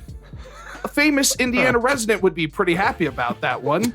I'd be surprised if I wouldn't be surprised if somebody had 123 ABC as their Indiana license plate. All right, but what do you see below it? There's like rolling green hills, some trees, some pleasant birds flying off into the distance, and the primary point of focus, and this was heavily voted in, a red covered bridge. Covered bridge. It's famous. Yeah. Why? Oh. Well, there's tons of covered bridges in Indiana. Oh. People love them. There's one particularly that's called the Kissing Bridge. Have you ever been to the Kissing Bridge? I don't think I've been to the Kissing Bridge. I have some memories from childhood that I'm not sure if they happened at all. Yeah, same. And they all involve my Aunt Kathy. Who I don't see very often. And I have two memories of her. One is that we went to a fair and got some kind of old-timey orange ice cream that no one else can remember. And I don't think that happened. Huh. And two, and I'm absolutely losing control as I speak, and two, that we took some kind of big extended family photo at the Kissing Bridge. Huh. But I don't know if that happened at all A either. strange place for families to take photos. Oh, no. People are always taking photos of the covered bridge. Mhm. People are taking family photos. People are taking engagement photos. So many pictures on my goddamn Facebook feed at covered bridges. Huh. So where are you standing when you're taking those photos? Because if you stand in the middle of that bridge, it's going to be too dark to see you. Yeah, it's the entrance. You gotta stand here at the entrance so that it's around you like a dome. Oh, sick. You want a Yeah. lot of that bridge behind you to fade into the background. Yeah, I'll show you guys a cool. picture later of some of the bullshit on my Facebook We'll feed. post it on our Instagram. Oh, Guys, I'll blur out people's faces. Cool. guys, what do you think of these license plates? Now, obviously, this is the first one we're seeing, so we can't compare them to other states' license plates, even if you can picture your own hometowns. What do you just think of this on a pure aesthetic level? I love it. I'm super down with this license plate. Yeah, this is a really well-designed license plate because there are a couple of license plates that I know of that are very, very busy. Mm-hmm. But this one manages to have something that's iconic about the state that people from the state really, really like, it seems, Mm-hmm. while also keeping the majority of the license plate totally blank with just this sky sort of layout above the bridge. There's not too much going on here. This was not the license plate when I had a car there. I can't think of what was. I would know it if I saw it, but I didn't have this license plate. Previous Yeah. versions of the license plate were just a clean red, white, and blue stars and bars. It was, Oh, it was an yeah. American Cool. flag in the back Yeah. and then white text on the Indiana. That might have Remember been that it. being the Good for last you one. guys. Yeah, I don't think I've ever seen this one on the roads because you see Indiana license Yeah. plates in Chicago pretty frequently because it's so close. But I don't think I've ever seen this one. Yeah, you were saying that there are a lot of license plates that are too busy. There are also so many that are just bland as shit and Uh-huh. look boring. Mhm. There's nothing fun or inclusive about the state on it. And I think that this is just very pleasant and very quaint and really does kind of say Indiana. That captures Indiana for sure. That looks like a lot of the summer camps that I worked at. Whoa. Straight up, that looks like Camp Tecumseh. All right. Well, let's move on to the next slide. Another Mhm. difference. We're not looking at the state flag. We're looking at the state quarter. Whoa! And you even put the front side of the quarter on there. I didn't have a choice. This was the only one that was large enough. But guys, you of course remember the 2002 campaign where they rolled out a bunch of state quarters and everyone was collecting them like crazy. Oh, that was Remember brand new. Yeah, I had them. I had all the quarters. That was brand new to 2002. I thought that was always a thing people did, collecting quarters. And I was just at the age where people were doing it. I didn't realize that was like of the moment. Did you guys have the little book that folded open? Yeah. I had the big Yeah. fold-out map. Yeah. That was like a stand. Whoa. I had that Advent too. calendar. Damn, we all collected quarters. Yeah, I didn't have a fold-out map. I just had a big flat map. It was like cardboard and hard. We had to have- store it under the couch. Did it have coin holes? It did. Let me You ask, for your guys' coin holes, did you have to beat the quarter in with a hammer? Yep. Yes. Yeah. Okay, cool. That's weird. Why not make them slightly bigger? Because they don't want them to fall out. Who's going to take my coins? Well, guys, here's the Indiana quarter. Gabby, please stop yawning. It's hurting my feelings. There are 19 stars signifying it's the 19th state. And there's the state outline of Indiana. But you might not have even noticed the state outline of Indiana because it's buried behind a sick-ass race car. Showing the pride for the Indiana 500 racetrack. Inscribed, the coin is inscribed with the state motto. Gabby, care to do the honors? A pluribus unum. No, that's on all money. I like straight up.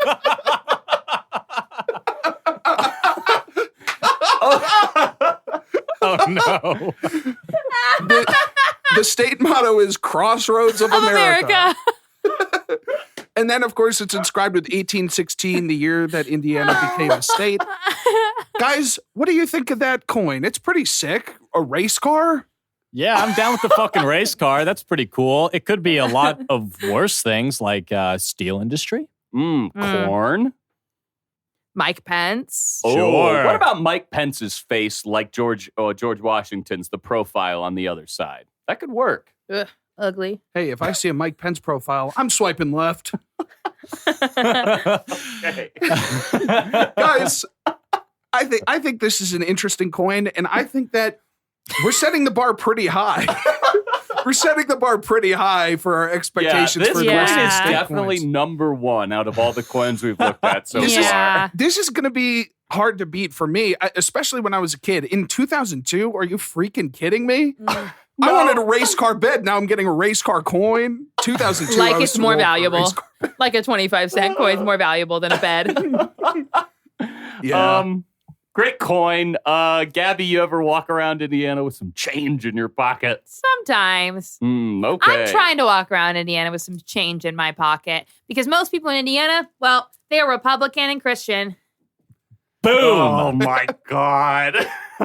Speaking of Republicans and Christians, I think Mike Pence belongs on the Mike Penny because he's worthless. Oh, pennies inherently are worth something. Can we move on? Yeah, we can move on. And this one's going to be a doozy. We're not doing the state bird anymore. We're doing the state insect. Yeah. Lightning bug. Hell yeah. It's the Say's firefly. Wow. It's native to Indiana, and it's named after Thomas Say, an Indiana native who's considered the father of North American entomology. Say what? I did not know that this was the official bug of Indiana until I'd already moved out of Indiana. And I was so charmed to hear this. This is beautiful to me. These are the best bugs that exist in the world. Wow. Lightning bugs are amazing. They're decorative. They remind you of summer. They're the best. And they're everywhere in Indiana, and I didn't realize till I went back this summer. I don't go in the summer that often. I went back for my dad's birthday in July, and they were everywhere in my parents' backyard, and I was like, that is something I miss so much in the city.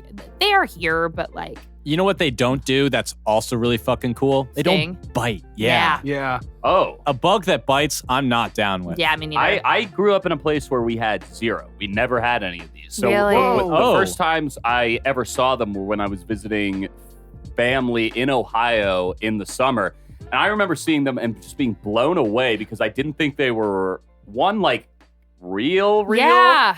or they actually light up.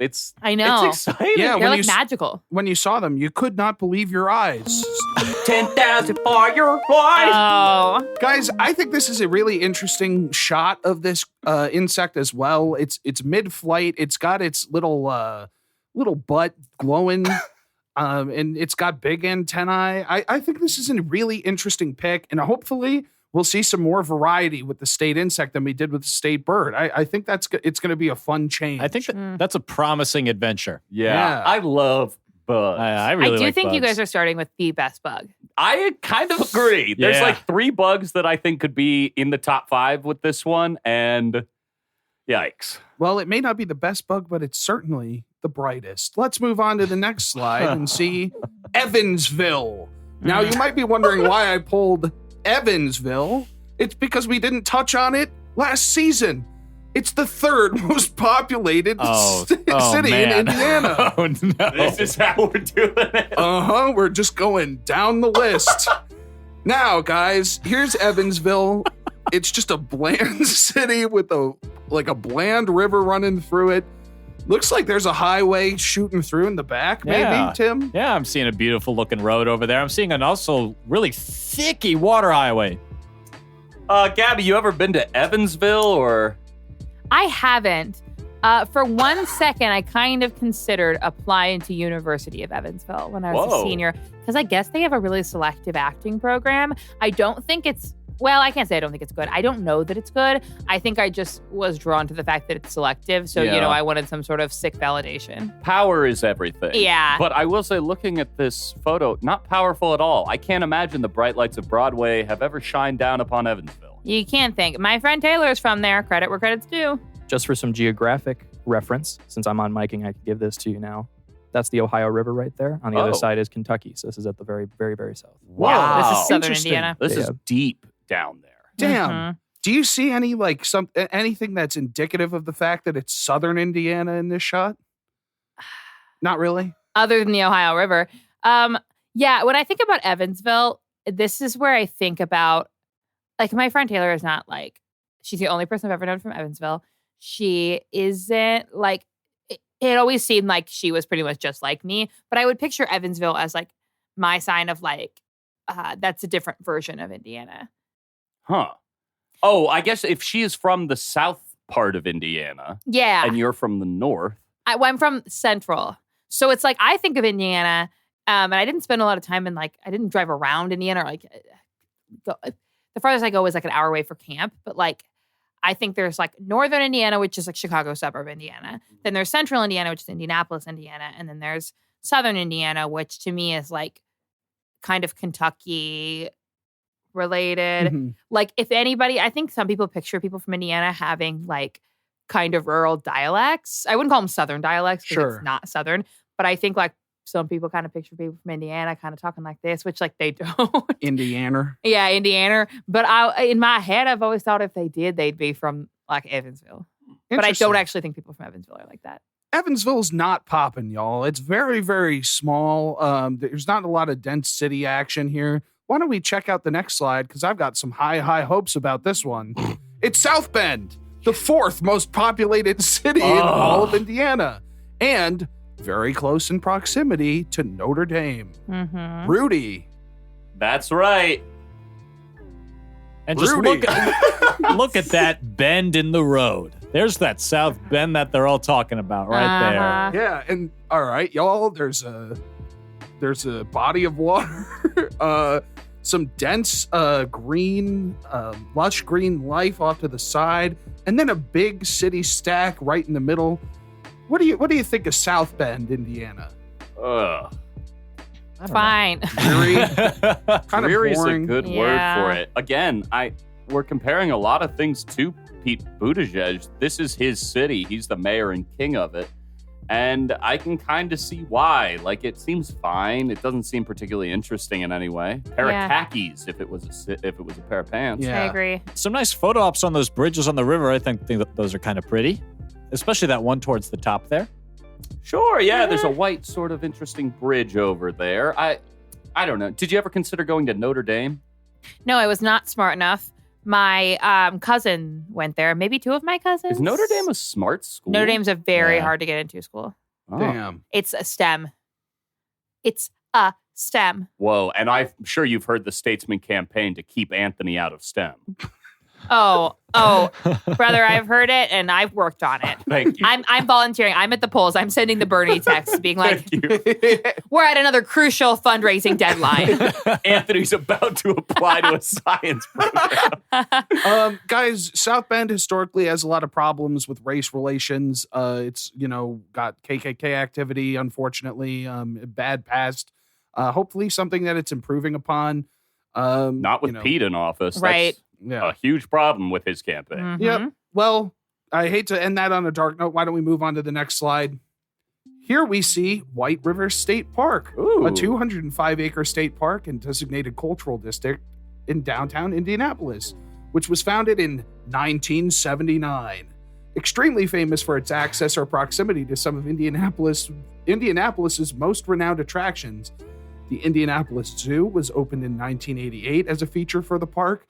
And then, this is pretty cool, the Idle George Museum of American Indians and Western Art was opened in 1989. It's got a great collection there. This is interesting because is this like right in the middle of the city? Kind of, yeah. I mean, downtown Indianapolis is just like a circle.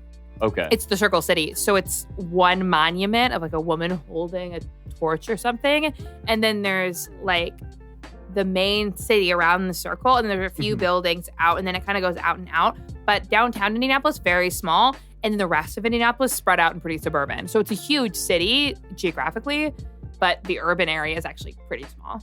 Normally, when you hear the term state park, I think of vast expanses of land. Right. This is like an urban state park. Yeah, a traditional park. And I think that's kind of neat. I love White River. I was just talking earlier when I was saying like, sometimes when I dream of living in a mid-sized city, I think like, oh God, I want somewhere where I can wake up in the morning in the spring or summer, ride my bike down a walkway next to a river. And I was like, oh, I'm just thinking about White River.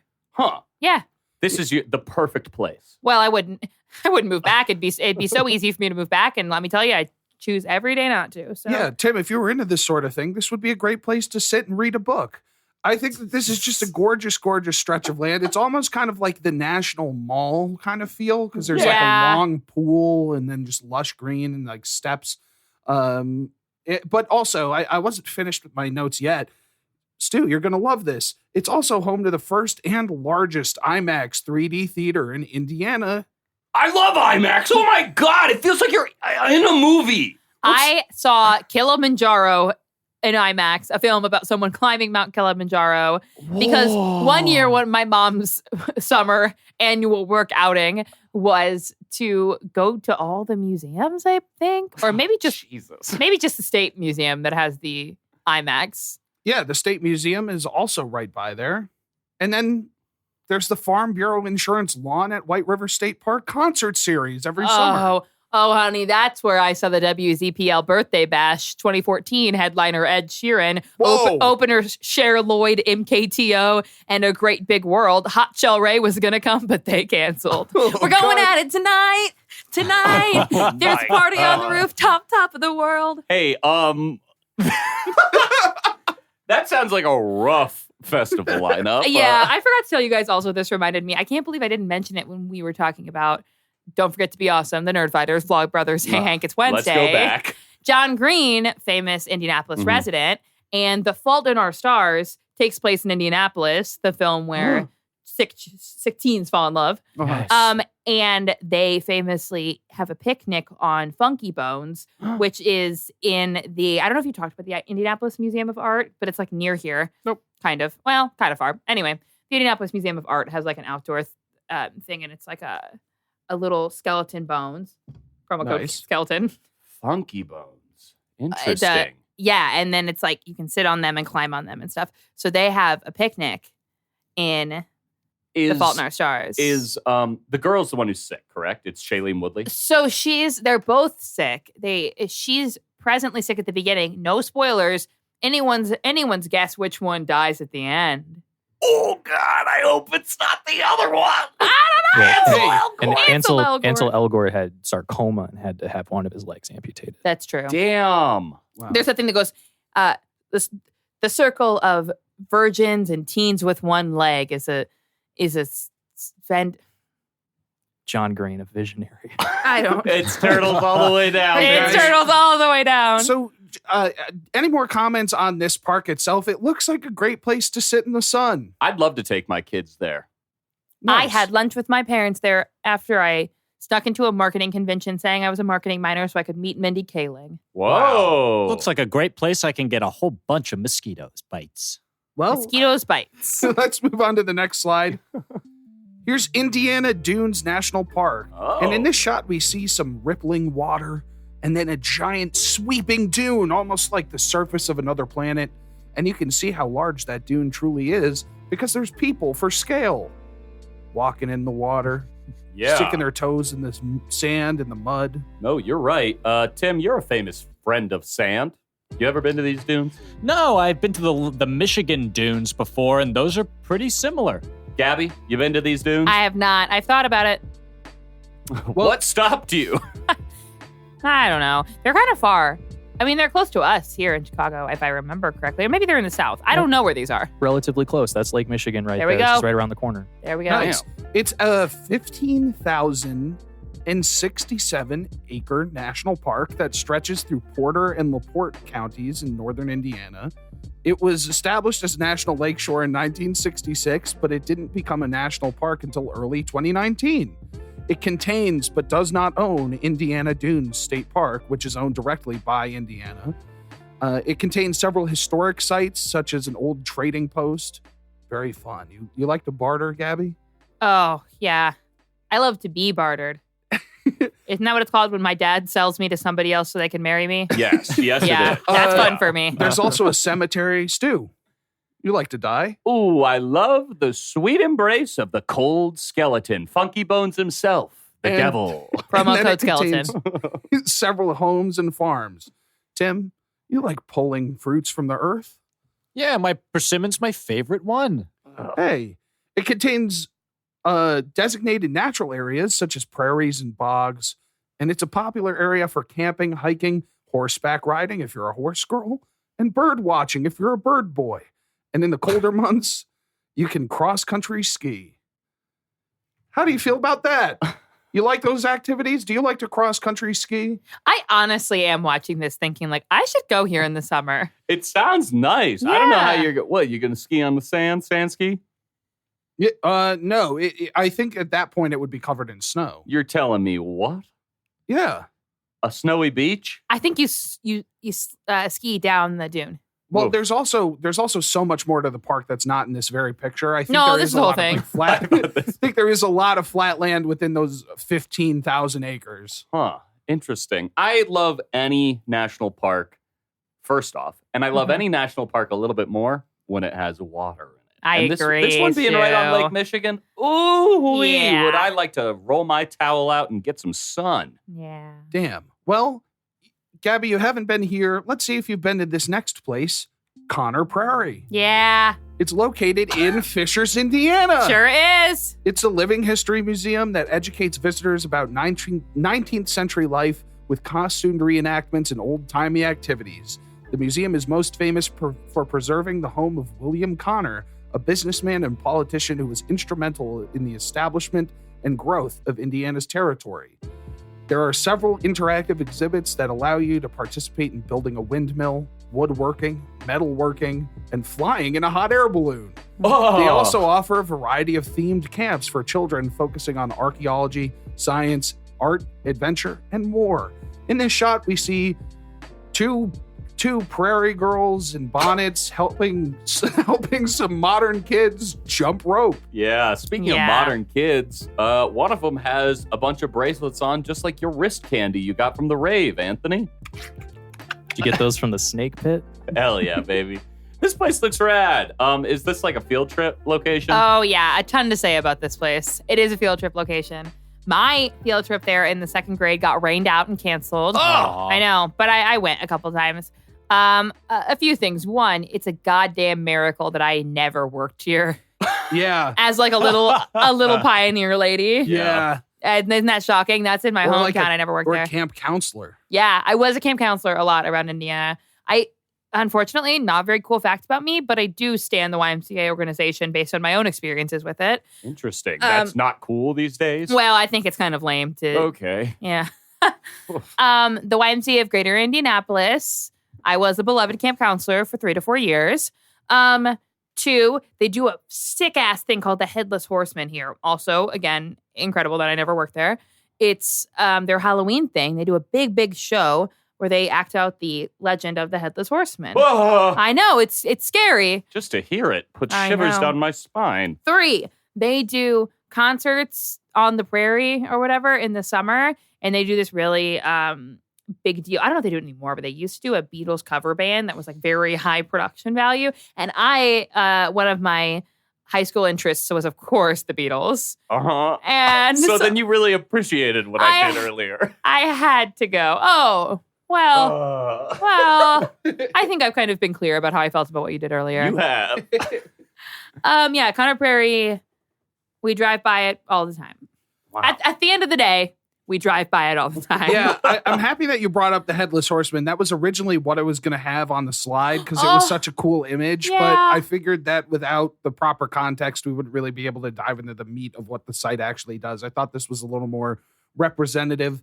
Yeah. Also, but- you put that on a slide, you might kill us all with a heart attack. When I you hit might the get space too bar. Scare scared. me. Well, what's Silly. scaring me right now is the fact we might run out of time if we don't move on to Marengo Cave, U.S. National Landmark, a 7-acre cave discovered in Marengo in 1883 after a hiker fell into a hole. It was quickly explored and cleared for tours, which started at the end of the same year. There are only 4 total caves in Indiana that are accessible to the public for tours, and it has been a popular tourist attraction ever since because of that. It was dedicated as a national landmark in 1984, and it is brown as hell. There are 2 people standing, gazing up at stalactites and stalagmites. I can't remember which is which. Camden? Stalactites hang from the ceiling, and you can remember that because they're hanging tightly to the ceiling. Stalagmites are on the ground. That's a tight fact. Hell yeah. I'm happy you have a mic now. This is a very like muddy kind of texture to the walls, but I think it's more like stony. What do you think? Have you ever been down in the cave? I haven't. I know some people who have. I haven't been here. I have almost no opinions. Those people who came out of the cave, were they different? I didn't know them. I have to say, based on the photo, based on the fashion, this photo was taken in exactly 2002. Oh my God! Thank you. I was thinking it Yes. the entire fucking We are time. all in the same place. We got to talk about this woman. What is she doing? Dude, she's putting a coin into the map. It's 2002. Yeah, they are. The jeans alone give it away, but the chunky ass tennis shoes that girl Yeah. is wearing are. Listeners, they're dressed straight out of the Limited 2 catalog. They're grown women, but they're dressed straight out of the Limited 2 catalog. It's like tight, long sleeve shirts, pants, a jean, and then a white cargo-ish pant. None of the colors are complimentary. No, hideous colors that are, of course, like bootcut flare. And then chunky ass sneakers. Patreon.com/Statesmen podcast. You got to see these fits. Yeah. Gotta see these fits. If you pay us enough money, we might be able to afford outfits exactly like this to Oh do a my photo God. shoot for you. Next Halloween, we're all being the 2 We're dressing girls up from as the girls. cave. The Marengo Cave girl. Stu, this is your favorite cave since the Mumford and Sons song. No. My favorite cave is Plato's allegory of.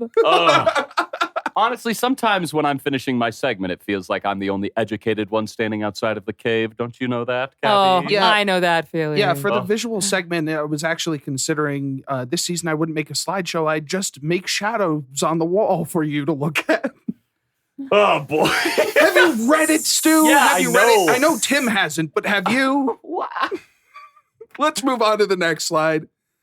Here's Indiana Beach Boardwalk Resort. We're looking at the hurricane. So yeah, I should have known this before because when you gave us that prompt, I should have been able to recognize it. This was originally opened as a private beach in Monticello. Stu, I wouldn't have gotten that wrong if I'd gone first. In 1926. The first attraction was added in 1927, and since then it has completely evolved into a huge amusement park. You can see it in this shot. It's extending out onto the water, and then we have a nice boat going by that's full of people.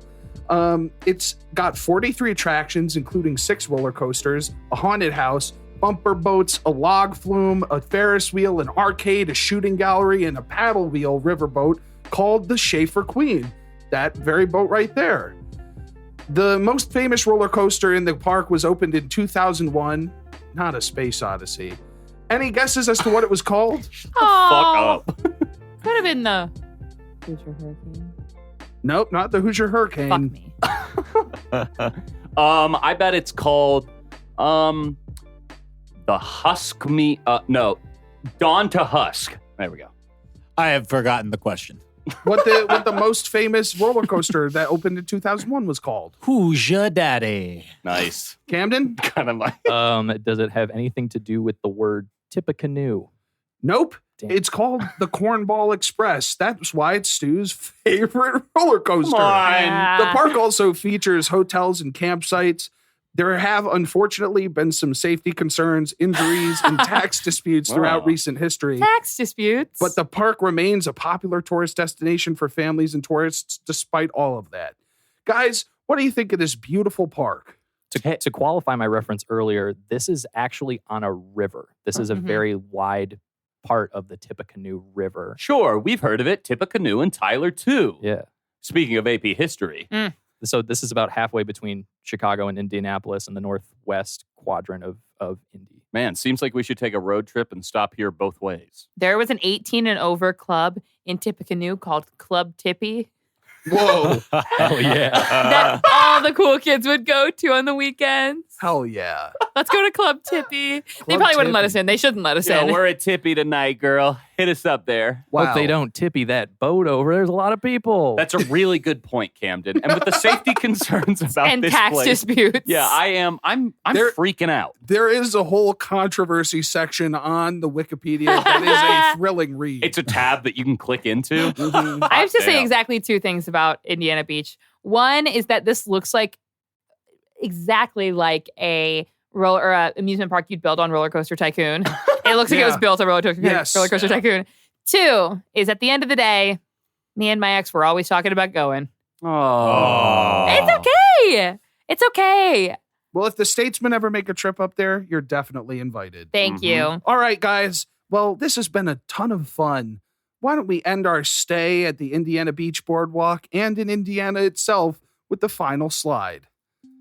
Goodbyers now leaving Indiana. Oh. What are we seeing here? Who's that up top? So it's Stranger Things for sure. And good buyers, the Byers that family. at the top? But who's that up there? That's Brendan Fraser dressed up as a cowboy character from, I believe, All the Money in the World. What is that? And that is one of the top Google image results when you search Brendan Fraser. Oh, Man, no. a PNG of him standing uncomfortably, shot at a bad angle. Listen, Brendan Fraser is a fucking icon, and anyone who says otherwise is an asshole. He's easily the most bullied celebrity on the internet. Fuck bullies, because he was a huge part of my childhood. I absolutely adored the Mummy movies. I loved Encino Man, like when I was a kid as well. How about Looney Tunes back in action? Looney Tunes back in action, George of the Jungle. How about that hair? Listen, just because he doesn't have a 6-pack anymore doesn't mean he doesn't have value. He's a fucking awesome guy.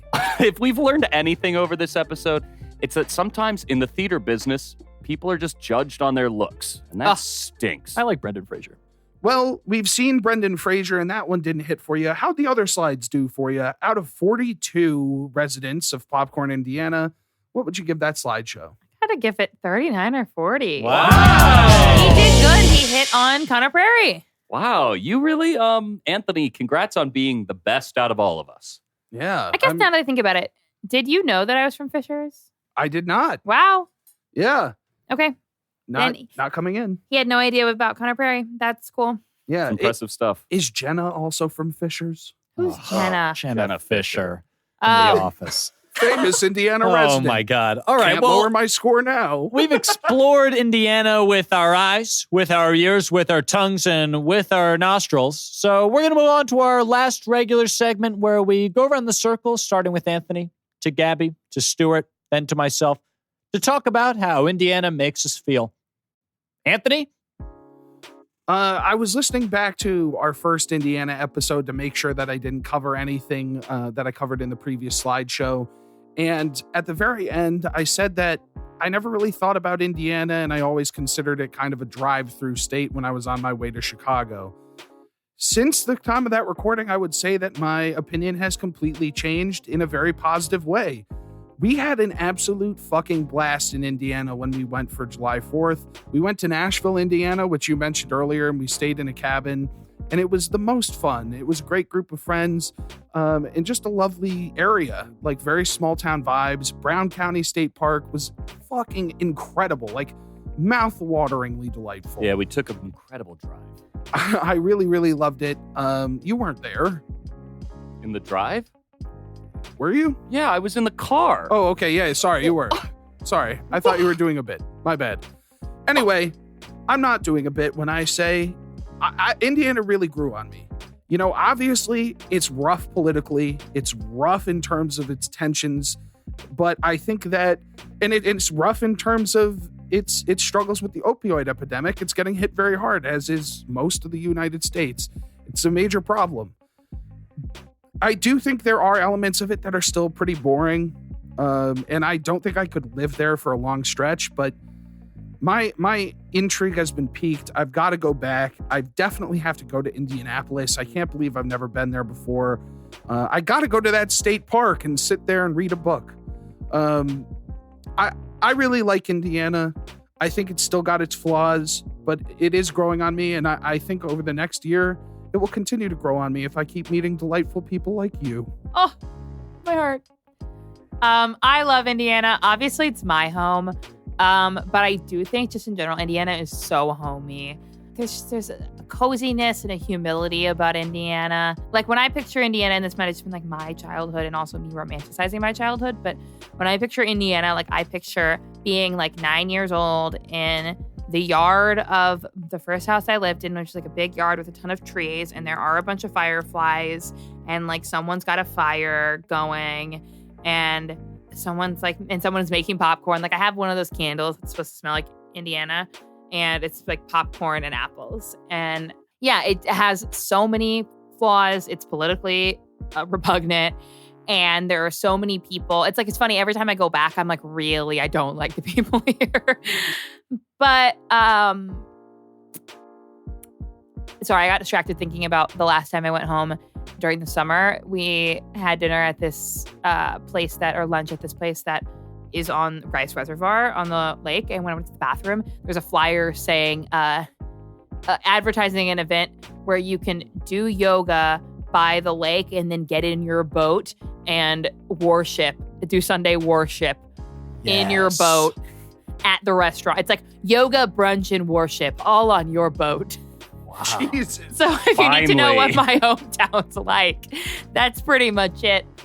But yeah, I love Indiana. Indiana feels like a summer night, I think. Could they throw you over the side for a baptism while you're out there? Oh, throw me over the side and lock me in Davy Jones' locker. Because I'm a criminal. I don't know why I said that. I cut that out. Would you ever return there to die? What the hell? It's a hard question, but is that where you would want to pass on from this mortal coil? Maybe, yeah. I think there's just something in general about, I don't think this is about Indiana. I think there's something in general about like the pull to return home that everyone feels, even if you don't intellectually want to go back to your home. There's something about like the human spirit that's like, eventually I will be done with my quest and I will go back home. So I guess if I'm done with my quest, you can kill me in Indiana and that'd be fine. Stuart. A return to our home. It's the human spirit, but it's also the salmon spirit. What? It's true. Salmon returned to the rivers where they were first spawned. Oh. Speaking of Spawn, Badass Comics, my favorite comic in Chicago, Anthony Rossi. Yeah. Said something recently that just cut me straight to my heart, in that he forgot I was in the car driving through Brown County State Park. I remember now. I thought you were doing a bit. No, it's fine. Everything's a joke to him. And Indiana used to be a joke to me. Used to be something that I could just laugh at and sort of push aside as one of those forgettable flyover states. But I don't know anymore. I think, Gabby, you and our last guest, Dre, you have such interesting opinions about the state. And I do feel like it creates a lot of really nice people, even if sometimes, again, their views politically or socially are not as progressive as I wish they were. In the end, I don't know if I'm ever going to go to Indiana, like really on purpose, except in those beautiful wooded places where Anthony and I spent some time in a cabin and went crazy and forgot each other. Or like where you described that 9 years old looking out into the woods and the fireflies. That feels very homey to me, even if that's not where I grew up. And for that, I got to give Indiana a 3-point shot from Larry Bird. Swish. Indiana. Loved going to Indiana with my friends. Did it for the 4th of July. But the thing that tickles me most about Indiana is that Orville Redenbacher is from Indiana, because when I was living in Missouri between the ages of 9 and 18, I think I had a bag of movie theater Orville Redenbacher popcorn every weekend between those 9 years. Oh my God. I had an insane amount of popcorn living in Missouri because it was one of the things that my mom would just keep buying week after week. And I would go through entire boxes of Orville Redenbacher popcorn within a month. Within easily 2 weeks. We said popcorn's good for you. Yeah, and I would have a lot of it too. If you have any questions or concerns about the great 50 states of the Statesmen, reach out to us on Twitter at StatesmenPod, on Facebook and Instagram at StatesmenPodcast, or by email at statesmenpodcast@gmail.com. Please check out our Patreon page, patreon.com/StatesmenPodcast. It helps the show out a lot if you're willing to donate. And like, share, subscribe the show with your friends, because that also helps the show out a lot. Gabby, thank you so much for coming on the podcast. Thank you for having me. Is there anywhere that we can find you online or around the city? Oh, I'm online. You can find me on Instagram, but I prefer that you don't if you don't know me. Well, or you can follow me. It's not private. I'm just going to block you from viewing my story if I don't know you. But you can follow me at Gabbi_Boyd_relevant_hot. And you can follow me on Twitter, where I actually won't block you and would love to see you. Hate to say it, at Gabbi Boyd. And it's Gabby with an I, which I'm sure you'll know if you're viewing this because it'll tell you. That's where you can find me on the cursed web, the World Wide Web. And you can see me around Chicago doing comedy. And famously, we're actually recording this exactly in January. So I know my January show schedule for sure. Yeah, totally. 100%. So I'm going to say it right now in a way that's confident. You can see me around Chicago doing comedy in places that I'll post about on my Instagram story that you'll be blocked from. Wow.